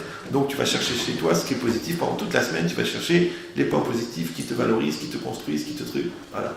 Après, tu vas valoriser ton futur. Donc tu vas mettre en place ton futur pour pouvoir te réaliser. Ça veut dire que le cours du respect de soi que tu as écouté un mardi, tu vas travailler dessus un mois. Sinon, ça sert à rien. Les gens ils viennent un mardi. Bah, c'est comme si tu vas passer un TGV. Oh, rapide, hein. J'aime bien la couleur. Il était orange, là ils l'ont fait gris. Alors, non, c'était bien. Et les gens qui sont dans le TGV, oh bah non, ils passent à 300 à l'heure, je ne sais rien. Mais de quoi ils parlent les gens dans le TGV? Oh bah non, mais quand je ne peux pas entendre ce qu'ils disent dans le TGV. Bon, moi je ne vous demande pas d'écouter ce que je dis, moi. Moi je vous demande de comprendre ce que je veux dire. Mais ce que je veux dire, je ne l'ai pas dit. Je l'ai voulu. Alors quand vous allez travailler, si vous voulez devenir des élèves, c'est pas des gens qui viennent au cours. Parce que les meubles, ils sont là aussi. Des élèves, C'est des gens qui vont travailler sur les notions pour s'en imprégner et pour devenir en fonction de ce qu'ils ont appris. C'est que si à la fin de l'année, tu n'as pas développé ton respect de toi-même, ta capacité à gérer tes émotions, ta relation avec Hachem, ton vécu dans la réalité d'Hachem, tu as perdu ton temps. C'est dommage. Ça sert à rien. Bon, c'est mieux que rien, plutôt que d'aller au cinéma ou en boîte de nuit, c'est mieux que rien. Au contraire, ça va te créer des complexes, des stress, parce que tu vas dire « Ouais, je sais que c'est pas bien ce que je fais, mais je continue à le faire. » Non, tu grandis. Et quand tu grandis, tu te sens bien. Donc qu'est-ce que tu fais en vérité? Tu acquiers des valeurs. Donc d'un côté, la Torah, elle te casse tes valeurs, d'un autre côté, elle te donne des valeurs. Parce que la Teshuvah, elle te déstabilise, ouais, et en même temps, elle te stabilise. C'est comme une fois un rave, il avait dit, quelqu'un est venu le voir, il a dit « Vous savez, heureusement que j'ai la Torah, parce que ça m'a vraiment... C'est bizarre. Parce que la Torah, c'est quoi? La Torah, c'est change, bouge, évolue, grandit. Maintenant, quand quelqu'un marche, il est perpétuellement en déséquilibre. Comment vous faites, vous marcher? Vous avez déjà essayé de marcher? Oui. Vous mettez un pied devant l'autre. Maintenant, quand on veut faire tomber quelqu'un, c'est très simple. Il faut attendre qu'il ait un seul pied par terre. Dès qu'il a un pied par terre, vous le poussez. Donc maintenant, si tu ne veux pas tomber, qu'est-ce que tu fais? Tu poses bien tes deux pieds, tu fléchis un peu les genoux, tu tends les muscles des cuisses, et tu prépares tes abdominaux pour pouvoir recevoir le coup. Mais surtout, tu ne bouges pas. Parce que quand tu marches, tu es fragile, on te pousse, tu tombes. Donc si vraiment tu veux être un mec bien, il faut te poser. Et la Torah te dit non, il faut bouger. Il n'y a pas écrit Ubechokota était chez vous. Il n'y a pas écrit et dans mes lois vous vous installez. Il y a marqué Ubechokota était les roues. Dans mes lois vous irez. C'est-à-dire que l'homme, il est condamné au mouvement.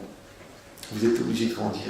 Vous êtes obligé d'évoluer, vous êtes obligé de faire évoluer votre personne, vous êtes obligé de faire évoluer votre couple, vous êtes obligé de vous adapter au marché, vous êtes obligé de vous former en tant que médecin, vous êtes obligé de trouver de nouvelles formules pour développer le magasin, vous êtes obligé de chercher de nouveaux modèles pour vendre vos jupes, vous êtes obligé. Ça bouge, ça bouge, ça bouge, ça bouge, ça bouge.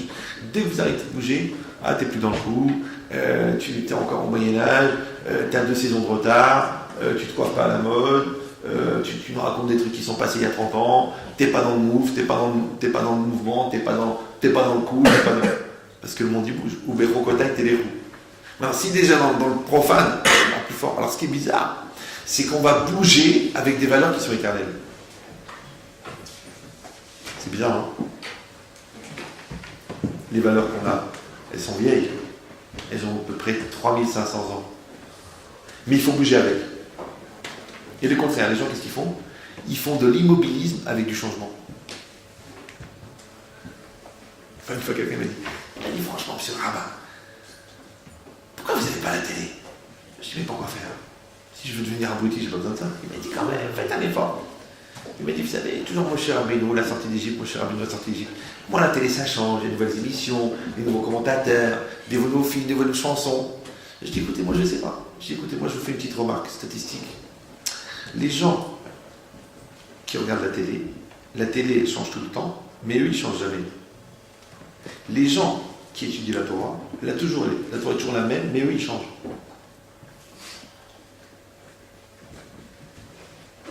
Il faut juste décider qu'est-ce que tu veux faire. Qu'est-ce que tu veux faire? Tu veux devenir un téléspectateur de ta vie? Tu veux continuer à envier les acteurs alors que tu aurais dû être acteur de ta vie, tu veux envier les acteurs parce qu'ils vivent quelque chose de fort, alors que tu sais qu'ils font semblant. Tu crois que la fille du feu de l'amour, elle est vraiment amoureuse?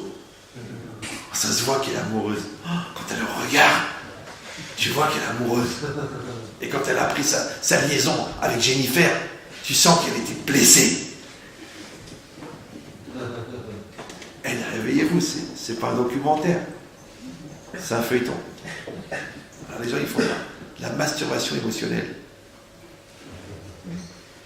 Ils ont dit que 87% des Français font un transfert psychologique entre leur feuilleton préféré et leur vie.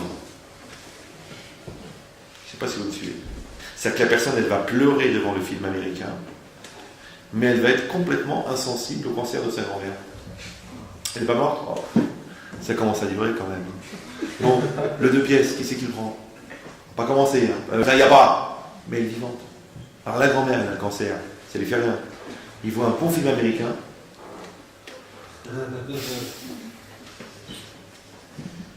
Tu vois ça? Franchement, c'est toujours les meilleurs qui partent. Franchement, l'autre il avait tout pour réussir. Une histoire, tu sais quoi, là je suis pas bien. Faut que je prenne un peu de recul parce que là, ce film-là, franchement, c'est un événement, c'est une émotion, et c'est juste un film. Elle va très bien, elle habite à Beverly Hills, elle court, elle fait son. Elle est là-bas, à Malibu, elle court, elle va bien. Elle n'est pas morte, hein. Non, mais tu as vu dans le film, elle est morte. Non, mais on la voit avec le. Mais non, très bien, c'est le maquillage. Et ta grand-mère, elle est vieille, vraiment. Va la voir. Eh non, c'est du chichi, genre, venez me voir, je vous vois jamais, un jour je vais mourir. En plus, elle nous fait du chantage émotionnel, qu'elle crève.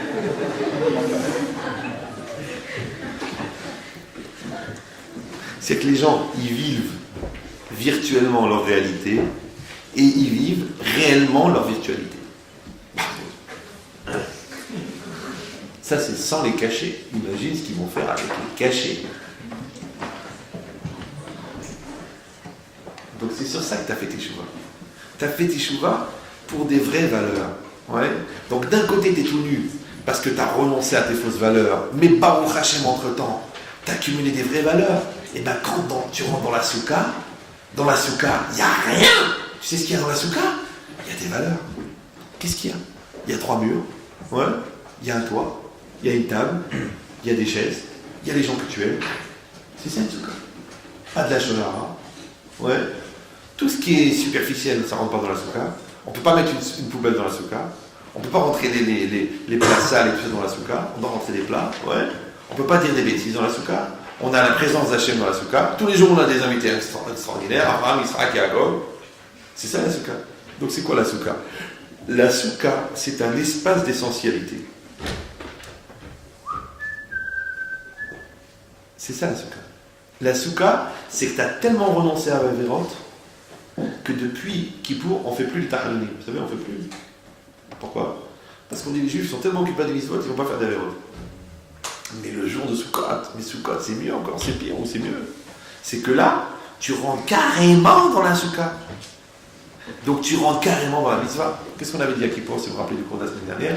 On avait dit que Hachem, il s'appelle Mikvé Israël. Rappelez ou non? Mikvé Israël Hachem. Hachem, il s'appelle le bain rituel. Et qu'est-ce qu'on avait dit dans un bain? Tu es obligé d'entrer entièrement. Et bien dans la soukha, tu rentres entièrement. Tu sais que c'est la seule mitzvah où tu rentres dans la mitzvah. Est-ce que vous avez déjà essayé de rentrer à l'intérieur d'une paire de téphilines? Imagine, tu vas chez un sophère, tu dis écoutez, j'ai de l'argent, Baruch Hashem, voilà, je fais une avance de 100 000 euros, je rajoute 100 000. Vous me faites une paire de téphilines, un studio. Il faut que je rentre dedans. Vous me faites une paire de téphilines cachère, en cuir, avec les compartiments à l'intérieur et les parachutes écrites 2,30 m de haut, avec des lettres Sakom, c'est un modèle spécial. Et moi, je veux rentrer dans les téphilines. Écoutez, vous n'êtes pas raisonnable. On ne peut pas rentrer dans une mitzvah. Et pourtant, on rentre dans la soukha. C'est pour ça que dans la soukha, elle s'appelle, dans la Kabbalah et dans la Hassidut, elle s'appelle Or Amakif. Elle s'appelle la lumière enveloppante. Il y a une seule mitzvah où c'est dit aussi, c'est sur le talit. Que quand quelqu'un il porte le talit, en vérité le talit il représente quoi? Or Amakif. C'est de la même manière que c'est plus facile de se concentrer quand tu as un talit sur la tête que quand tu as les yeux qui vont partout. Ouais, normalement la soukha c'est ça. C'est que tu rentres dans un endroit où il n'y a rien que des valeurs. C'est pour ça que c'est dur de garder la soukha comme il faut. Parce que tu as toujours envie de faire un petit lachonard, raconter le match de foot, tu as envie de... C'est dommage, voilà, il y a toute l'année, baba. Il y a toute la maison, il y a tout Paris, il y a toute la France, il y a le monde entier. Tu rentres dans la soukha. Étudier la Torah, livrer Torah, la famille, des paroles positives, l'investissement, le bien-être, les brachot, le Birkat Amazon, les chants de la fête, toi et Hachem, c'est tout. Tu dis la nature? La nature, elle est devenue éphémère. Elle est devenue... C'est quoi le mot de talent? Elle est devenue rien du tout. C'est un petit peu de feuillage. Toi, tu t'es convaincu que la nature, c'est les valeurs, parce que grâce à Dieu, tu as les 4 appartements à Natania, et grâce à Dieu, tu as les 1 million d'euros, et grâce à Dieu, ta femme, elle fait 120 kilos. C'est la valeur, ça c'est du solide, ça c'est du... Oh là, acheté en Normandie, tu veux voir, c'est une vache, je sais pas comment ils appellent ça, ouais, une picarde. Ouais. Non, c'est pas ça les valeurs. C'est pas ça. Les valeurs, elles sont transparentes. Les valeurs, elles sont légères. Les valeurs, elles sont éthérées. Elles s'évaporent. Il faut les garder. Un jour, tu as compris que ton couple, en fin de compte, c'est pas ta maison, ta chaîne IFI, ton 6 pièces. Ta maison, c'est les liens transparents que tu as créés avec ta femme. Et ton fils, c'est pas, tiens mon fils, tiens voilà de l'argent, tiens là-bas la voiture, tiens voilà, tiens va changer tiens va chez Redskin, va t'acheter ton truc, tiens prends la montre, elle te plaît, tiens prends le scooter, il te plaît. Non, tu vas arrêter un jour d'acheter tes enfants, parce c'est pas ça qu'ils veulent pas un compte en banque. Ils veulent un père, ils veulent une mère. Donc maintenant ça, la soukha que tu as créée entre toi et tes enfants, la soukha que tu as créée entre toi et ta femme, la soukha que tu as créée entre toi et Hachem, c'est une soukha. Maintenant, qu'est-ce que tu vas faire? Tu vas rester une semaine dans la soukha. Une semaine. Ouais. Et la soukha, c'est un phénomène très bizarre, parce qu'on a dit qu'il faut manger dans la soukha, il faut dormir dans la soukha, il faut étudier dans la soukha. Réfléchissez un petit peu. Est-ce que dans l'année, c'est une mitzvah de manger? Non. Est-ce que c'est une mitzvah de dormir? Non. Est-ce que c'est une mitzvah de parler? Non.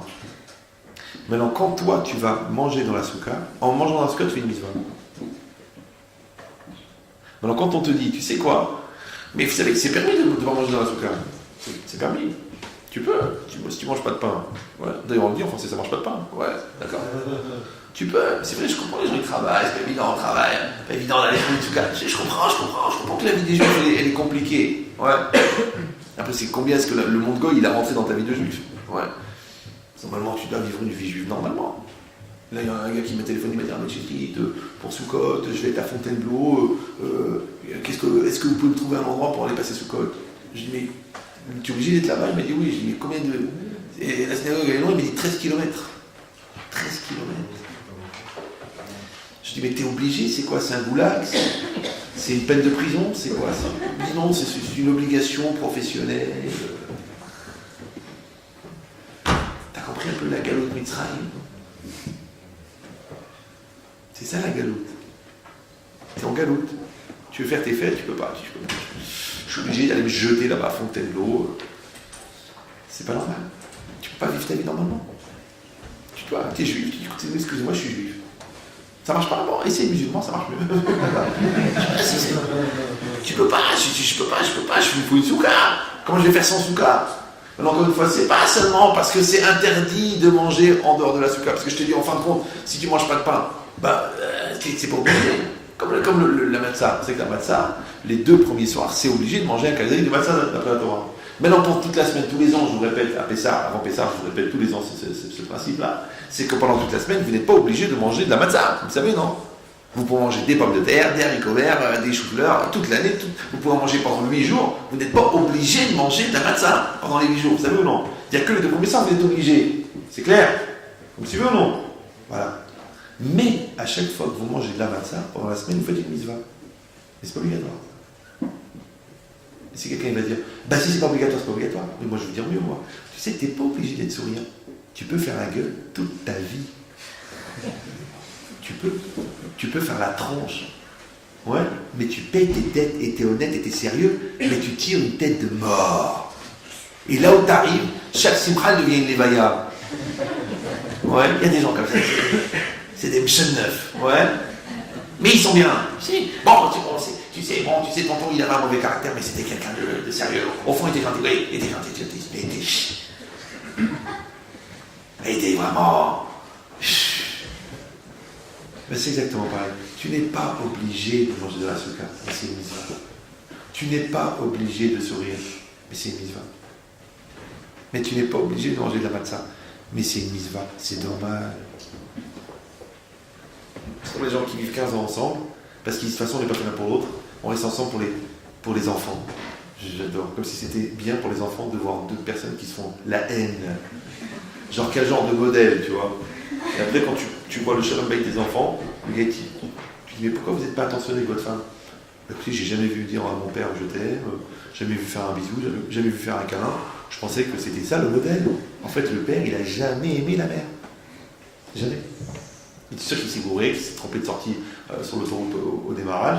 Et après, il a dit, bon bah, chez nous, on n'a pas l'habitude de laisser une femme enceinte. Alors on va les élever dans la mort. Mais puisque déjà tu restes, c'est pas que tu as pris une heure de colle parce que tu n'as pas travaillé en maths, c'est que tu as pris 15 ans de colle. Alors si déjà tu as pris 15 ans de colle, au lieu d'espérer que tu vas réussir à aimer la personne qui est en face de toi, tu ferais mieux d'essayer de l'apprendre à l'aimer telle qu'elle est, au lieu d'espérer d'attendre qu'elle devienne la personne que tu pourrais aimer. Ça. Parce que tu as été muté en Alaska. Oui, ben je suis en Alaska. Donc tu vas faire une dépression. Non, tu vas dire, l'air est vif en Alaska. Le ciel est bleu en Alaska. Le froid, ça conserve la viande. Regardez les congélateurs. Ouais. Les gens ont une très bonne mentalité. On se rejoint là-bas dans les pubs et puis le soir, on se fait des ambiances. Et puis bon, l'hiver est long, donc on passe du temps ensemble, on attend de réfléchir, on attend de lire, on attend. Tu vois, qu'est-ce que ça fait? T'as aimé l'Alaska? Maintenant, t'as été muté à Santa Monica. Il fait chaud. La mer, elle est loin. Les gens, ils sont tous un peu... toujours en train de chercher un truc à fumer. Tu vois, enfin, Monica, Santa Monica. Ouais, c'est pas possible. Dis alors, je comprends pas. Tu pleurais parce que t'étais en Alaska. Maintenant, tu pleures parce que t'es à Santa Monica. T'es un mec bizarre. Moralité, il y en a toujours qui pleurent, il y en a toujours qui sont contents. Donc le bonheur, c'est ce que tu assumes, ouais. Et le malheur, c'est ce que tu refuses.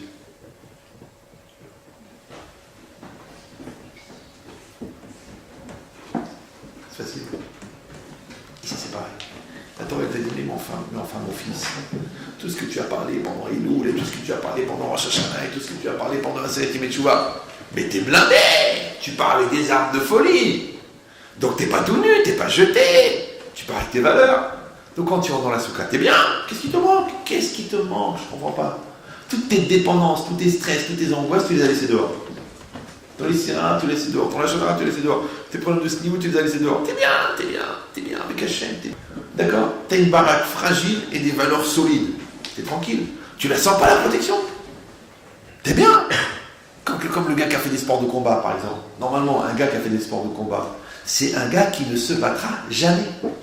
Alors que toi, le contraire, toi, tu dis, mais moi, si j'avais 13 dates de karaté, mais moi, je les fracasse, moi, je vais à Belleville, je crie ça, mais...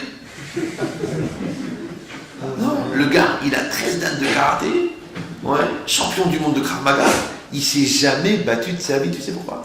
Pourquoi? Parce que ces années de karaté, ça lui a donné une telle assurance que quand il arrive quelque part, le gars, il dit, celui-là, tu le touches pas. C'est l'inverse. C'est ces capacités, c'est cette force-là, c'est cette sérénité qui a fait qu'il n'a jamais besoin de se battre. Parce que le gars, il assure trop. Il est trop fort. Vous vous rappelez l'histoire du gars qui rentre dans une école de karaté, qui s'est endormi, il voulait rouler des élèves? Non? Il n'y a pas les roues blancs? Non plus? Non? Il n'y a pas des gens qui suivent, personne parle. Ça se passe au Japon, une école de karaté. Ouais.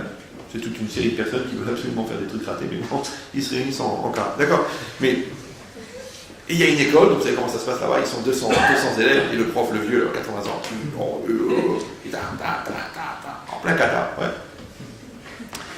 Et puis il y a un gars qui ouvre la porte comme ça, tac! Il dit, qui est le maître ici? Le maître, maintenant, c'est le plus fort en karaté. Il dit, voilà le maître, voilà le maître. Et l'autre, il vient, je vous défie. Quoi? Un petit gelot comme ça. Et le vieux, tout le monde dit, ah, maître, laissez-nous faire, on va le massacrer. L'autre, il dit, non, il m'a défié, il m'a mis au défi, il veut se battre avec moi. Donc ils se mettent tous par terre à regarder, et le vieux, il se prépare. Concentration. Et l'autre, il se prépare, il s'allonge, il dort. Mais il dort, il ronfle, la bave. Tout le monde dit, quoi? Mais qu'est-ce que c'est que ça? Mais qu'est-ce que c'est que cette chutzpah, cette insolence? Il défie le maître et il dort, on va le tuer. Le maître, il dit, laissez-le tranquille, j'ai trouvé mon maître. Quand le gars, il vient chez moi, dans mon école de karaté, il me défie devant tout le monde. Donc moi, je suis monté à un top niveau de gava, de susceptibilité, d'orgueil et de remise en cause. Et le gars qui m'a poussé à bout, il dort. Mais comment il est sûr de lui qu'il dort? Quel recul il a pris qui dort. Comprenez ou non? C'est comme ces chassidim qu'avant qu'on les exécute tout nus devant la fosse, ils étaient en train de danser, en train de chanter. Ouais. Mais comment tu peux danser dans les mitrailleuses? Alors le chef des commandos allemands, il a marqué dans son rapport, ce ne sont pas des hommes qui sont en train de danser devant nous, ce sont des anges. Parce que comment quelqu'un il peut sublimer sa peur de mourir, son égoïsme, de dire ça y est c'est foutu, je pourrais pas kiffer, je n'irai jamais à Santa Monica, et le gars il est tout nu, devant une mitrailleuse, en plein hiver, et il danse. Et qu'est-ce qu'il chante? Ashrenu, Matov Helkenu, ouais, heureux pour nous, heureux pour notre sort. Quel niveau il faut pour sublimer l'angoisse et la peur? Ben c'est pareil. L'autre il est rentré, il l'a mis au défi. Ben c'est pareil. Toi normalement, si tu as fait 40, tu as fait 10 ans de Krav Maga, c'est pour ne jamais avoir à te battre. Parce que tu dégages une telle force, une telle présence, une telle sécurité, une telle sérénité, que même le voyou dit, écoute, lui, laisse-le tranquille. Pourquoi? C'est qu'il y a un phénomène bizarre, qui est chimique, qui est physique, qui est naturel, c'est que les chiens attaquent les gens qui ont peur. Vous savez ça? Les chiens attaquent les gens qui ont peur. Maintenant, comment le chien sait que la personne a peur? Parce que quand la personne a peur, elle émet une certaine sueur, et cette sueur, elle est spécifique de la personne qui a peur. Et comme le chien, il a un odorat extrêmement précis, il arrive à sentir l'odeur, c'est-à-dire l'odeur de la sueur de la personne qui a peur, et donc il attaque la personne qui a peur. Ça va? C'est prouvé. Maintenant, écoutez ce qui est intéressant. Maintenant, est-ce que vous savez pourquoi le chien, il attaque la personne qui a peur? Justement, il attaque parce que le gars, il a peur. Non, vous savez pourquoi le chien, il attaque la personne qui a peur? Parce que le chien, quand il sent que l'homme a peur, ça lui fait peur. Donc, comme il a peur, il se sent en danger, alors il attaque. Parce que le chien, il ne comprend pas pourquoi un homme, il a peur. C'est bizarre. C'est que même un petit enfant de 6 ans qui sort du village, les animaux, ils s'enfuient. Pourquoi? Parce que Hachem, quand il a créé l'homme à son image, l'animal, il a peur de l'homme. À part quelques exceptions vraiment qui ont une fois goûté et qui ont vu que c'est mangeable, mais sinon les 3/4 des animaux, ils ont peur des hommes. Même des enfants. Donc ça veut dire quoi? À plus forte raison, quelqu'un qui a rempli son enveloppe et qui est entièrement un homme. Ça va? Donc si tu dis que le chien n'attaque que parce qu'il sent que tu as peur, et comme ça lui fait peur, alors tu sais pourquoi ton patron il se permet de parler comme ça? Parce qu'il sait que tu as peur. Maintenant, comme il pousse dans ta peur, il a peur qu'un jour tu te révoltes. Alors il veut te casser avant que tu imagines de pouvoir te révolter. Mais si toi tu n'as pas peur, tu sais que tu as signé un contrat pour partager une fonction contre de l'argent, et que ça n'est pas ta personne qui est impliquée, et qu'il doit te respecter, ouais, et que tu gardes ta valeur, quel que soit ton sexe. Il n'a pas le droit de faire certaines choses, de dire certaines choses. Donc toi, tu gardes ta dignité, tu gardes ta force, tu gardes tes droits, tu gardes ton prud'homme, et lui, il ne peut rien faire. Mais si toi, tu dis, ouais, mais vous savez, il y en a 10 qui attendent dehors, hein. Vous savez, on n'a pas vraiment besoin de vous. Hein. Bon, alors quand vous finissez le rapport, vous me le tapez 6 fois, et puis après, vous faites un petit coup de ménage. Tu dis, attendez, je suis directrice des ressources humaines, il veut que je fasse le ménage. Tu dis, ouais, mais tu sais, hein, le marché du travail, il est difficile en ce moment. Alors tu baisses la tête, comment tu vas faire? Lui, il teste, il pousse. Il pousse. Mais alors c'est pareil ton fils, hein. Il a 4 ans et demi, il pousse. Il voit comment tu réagis. L'autre, il a 45 ans, il pousse. L'autre, il a 63 ans, il pousse. Chacun, il pousse. Mais toi, tu dois savoir qui tu es. Tu dois savoir ce que tu vaux. Tu dois savoir de quoi tu es fait, de quoi tu es construit. Il dit, ça, c'est quoi la vie? C'est ça. C'est que les valeurs que tu as intégrées, elles ont fait de toi ce que tu es. Et après, tu les expérimentes dans la réalité. Maintenant, quoi de mieux que la souka pour expérimenter? C'est pour ça que le mariage, je ne vous conseille pas de vous préparer pendant les 2 jours avant la repas. Votre rôle de parent, je vous conseille de le travailler quand vous êtes encore jeune. Votre rôle de parent. Parce que tous les parents, un jour, ils ont été enfants. Donc c'est pas le moment de faire l'enfant maintenant que t'es parent. C'était avant qu'il fallait être enfant, avant d'être parent.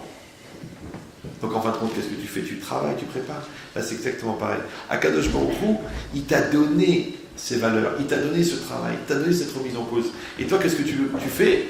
Tu vas l'utiliser et tu vas le ressentir pendant les 8 jours. Or, puisque pendant les 8 jours, c'est une mitzvah d'être dans la souka, et que la souka, elle représente l'espace d'essentialité. Donc, c'est de rendre tous les actes du quotidien essentiels.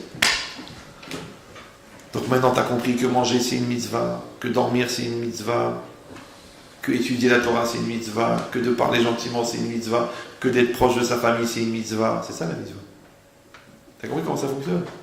C'est que tu as donné un caractère sacré au quotidien. Ce qui est exactement l'inverse de ce que les gens croient. Les gens ils disent, bon écoutez, il y a le mitzvot et puis il y a la vie. Il y a la religion et puis il y a la vie. Bon, il y a la messe, il y a le dimanche et puis il y a le lundi. Là, le dimanche, je donne mon bol, d'accord?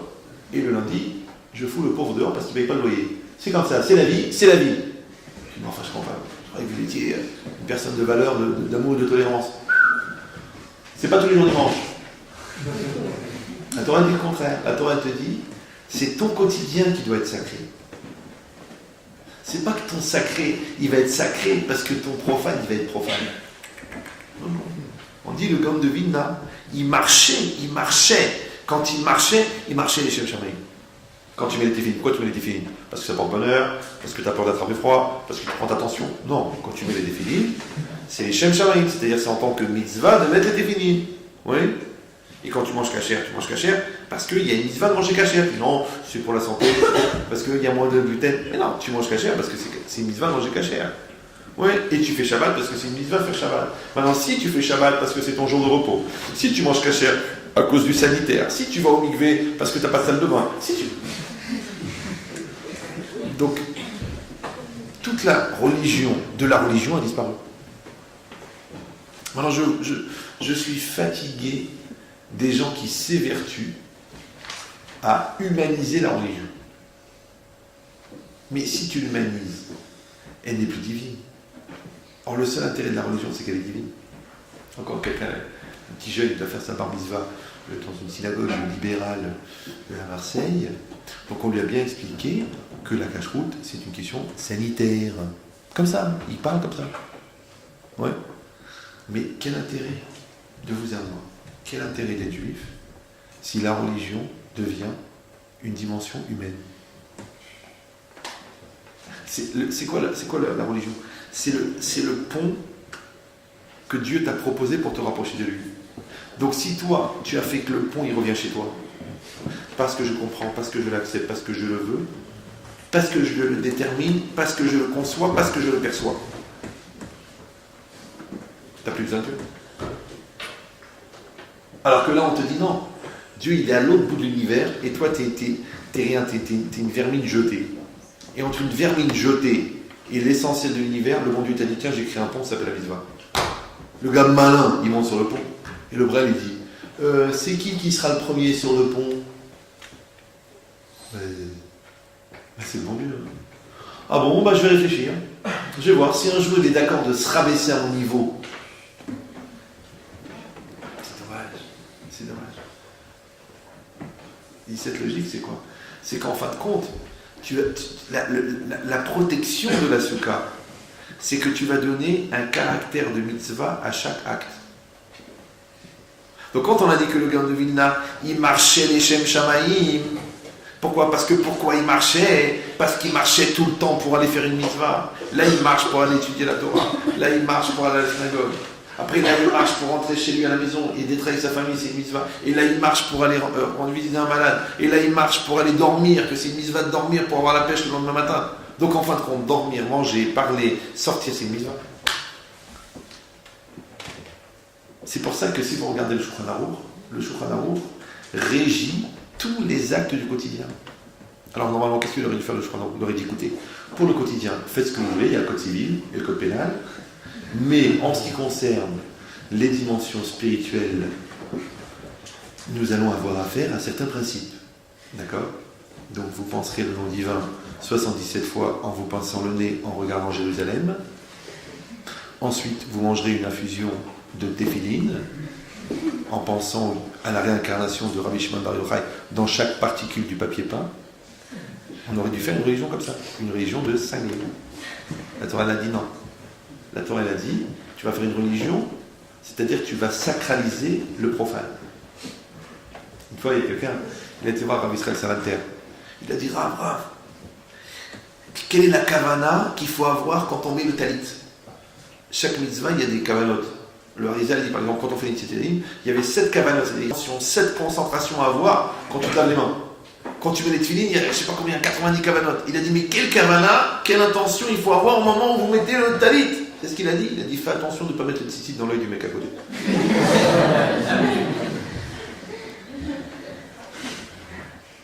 Parce qu'à quoi ça sert? Maintenant, tu as fait toutes les kavanotes et le mec, il a perdu l'œil gauche.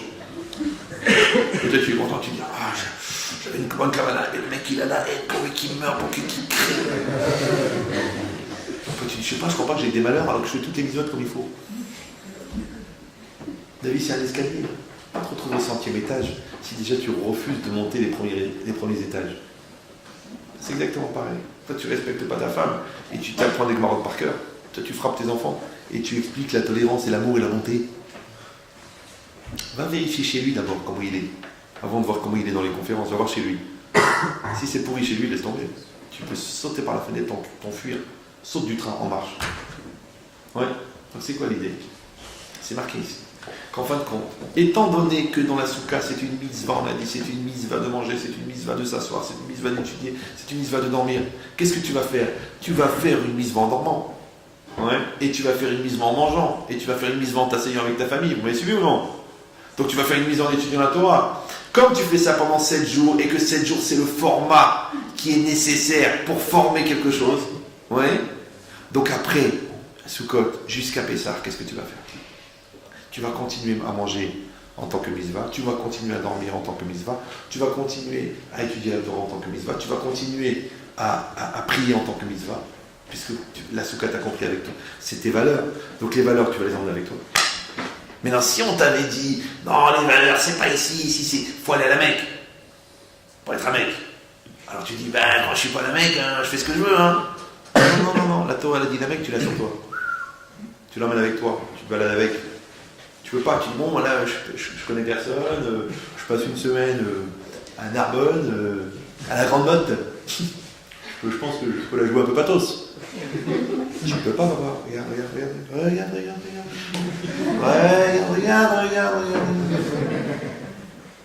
Et bien là-bas, à la Grande Motte, jeté tout seul devant la porte du casino, au moment où tu veux rentrer, il y en a un qui va arriver. David, je te présente. Christine, je te présente. On est à y venir ensemble. David, alors, qu'est-ce que tu fais à la Grande Motte? Tu dis, bien, je suis là avec ma maîtresse pour aller au casino. Tu vas pas lui dire ça. Alors tu lui dis, j'ai raté le train et je passe Shabbat ici tout seul. T'as compris? Là où tu vas être, tes valeurs, elles vont te rattraper. Donc le gars qui est malin, au lieu d'être rattrapé par ses valeurs, il va dans ses valeurs. Vous suivez ou non? Au lieu d'attendre le divorce pour commencer à réfléchir c'est quoi un couple, travaille ton couple. Au lieu d'attendre le cancer pour réfléchir c'est quoi le Shabbat, fais Shabbat. Au lieu d'attendre de trouver des seringues en dessous du lit de ton fils pour savoir c'est quoi l'éducation, éduque ton fils. T'arrives pas, c'est trop compliqué, c'est des livres en hébreu. Lis des livres en français, je sais pas, lis François Dolto, n'importe quoi, vas-y, fais des cherche, déjà coste la tête. Oh non, c'est pas évident, j'ai pas la tête, voilà. La tendresse que tu lui as pas donnée naturellement, il l'a cherché artificiellement. C'est logique. Donc c'est exactement pareil. Donc quand la Torah elle a dit, maintenant vous avez compris que ce temps qu'on va passer dans la soukha, et que c'est ça, c'est pour ça que... Bon, je laisse tomber la suite parce que il y a encore trop. Ouais, et c'était ça, mais ça Martha Bechagecha. Quand on a dit pourquoi spécialement dans la fête de Sukkot, on a donné une mitzvah de se réjouir, alors qu'il y a une mitzvah de se réjouir de toute façon dans toutes les autres fêtes, dans Pessah et Shavuot. Pourquoi spécialement Vesa Martha Bechagecha? Parce qu'on a dit en fin de compte que c'est quoi la joie? La joie, c'est la satisfaction d'être. D'accord? Et que la vraie joie, elle vient justement de cette distance que tu as pris avec la vérote, avec le mal et tout ça, et le fait que tu as trouvé les vraies valeurs et que tu es assis dans cette soukha. Maintenant, si soukha, c'est synonyme de joie, c'est parce que soukha, c'est synonyme de shalom. Et shalom, c'est quoi? C'est d'être entier. Ouais. Parce que shalom, c'est shalem. Shalem, c'est entier. Et chasser, le manque, c'est Yetzer Hara. Donc, comme tu es censé t'être débarrassé de ton Yetzer Hara à Rosh Hashanah et à Kippour, donc tu n'as plus d'Yetzer Hara. Donc maintenant, tu es Beshalom. Ça oufros alenu, Sukkot, Shelomecha. Ouais. Et étend sur nous ta soukha de paix.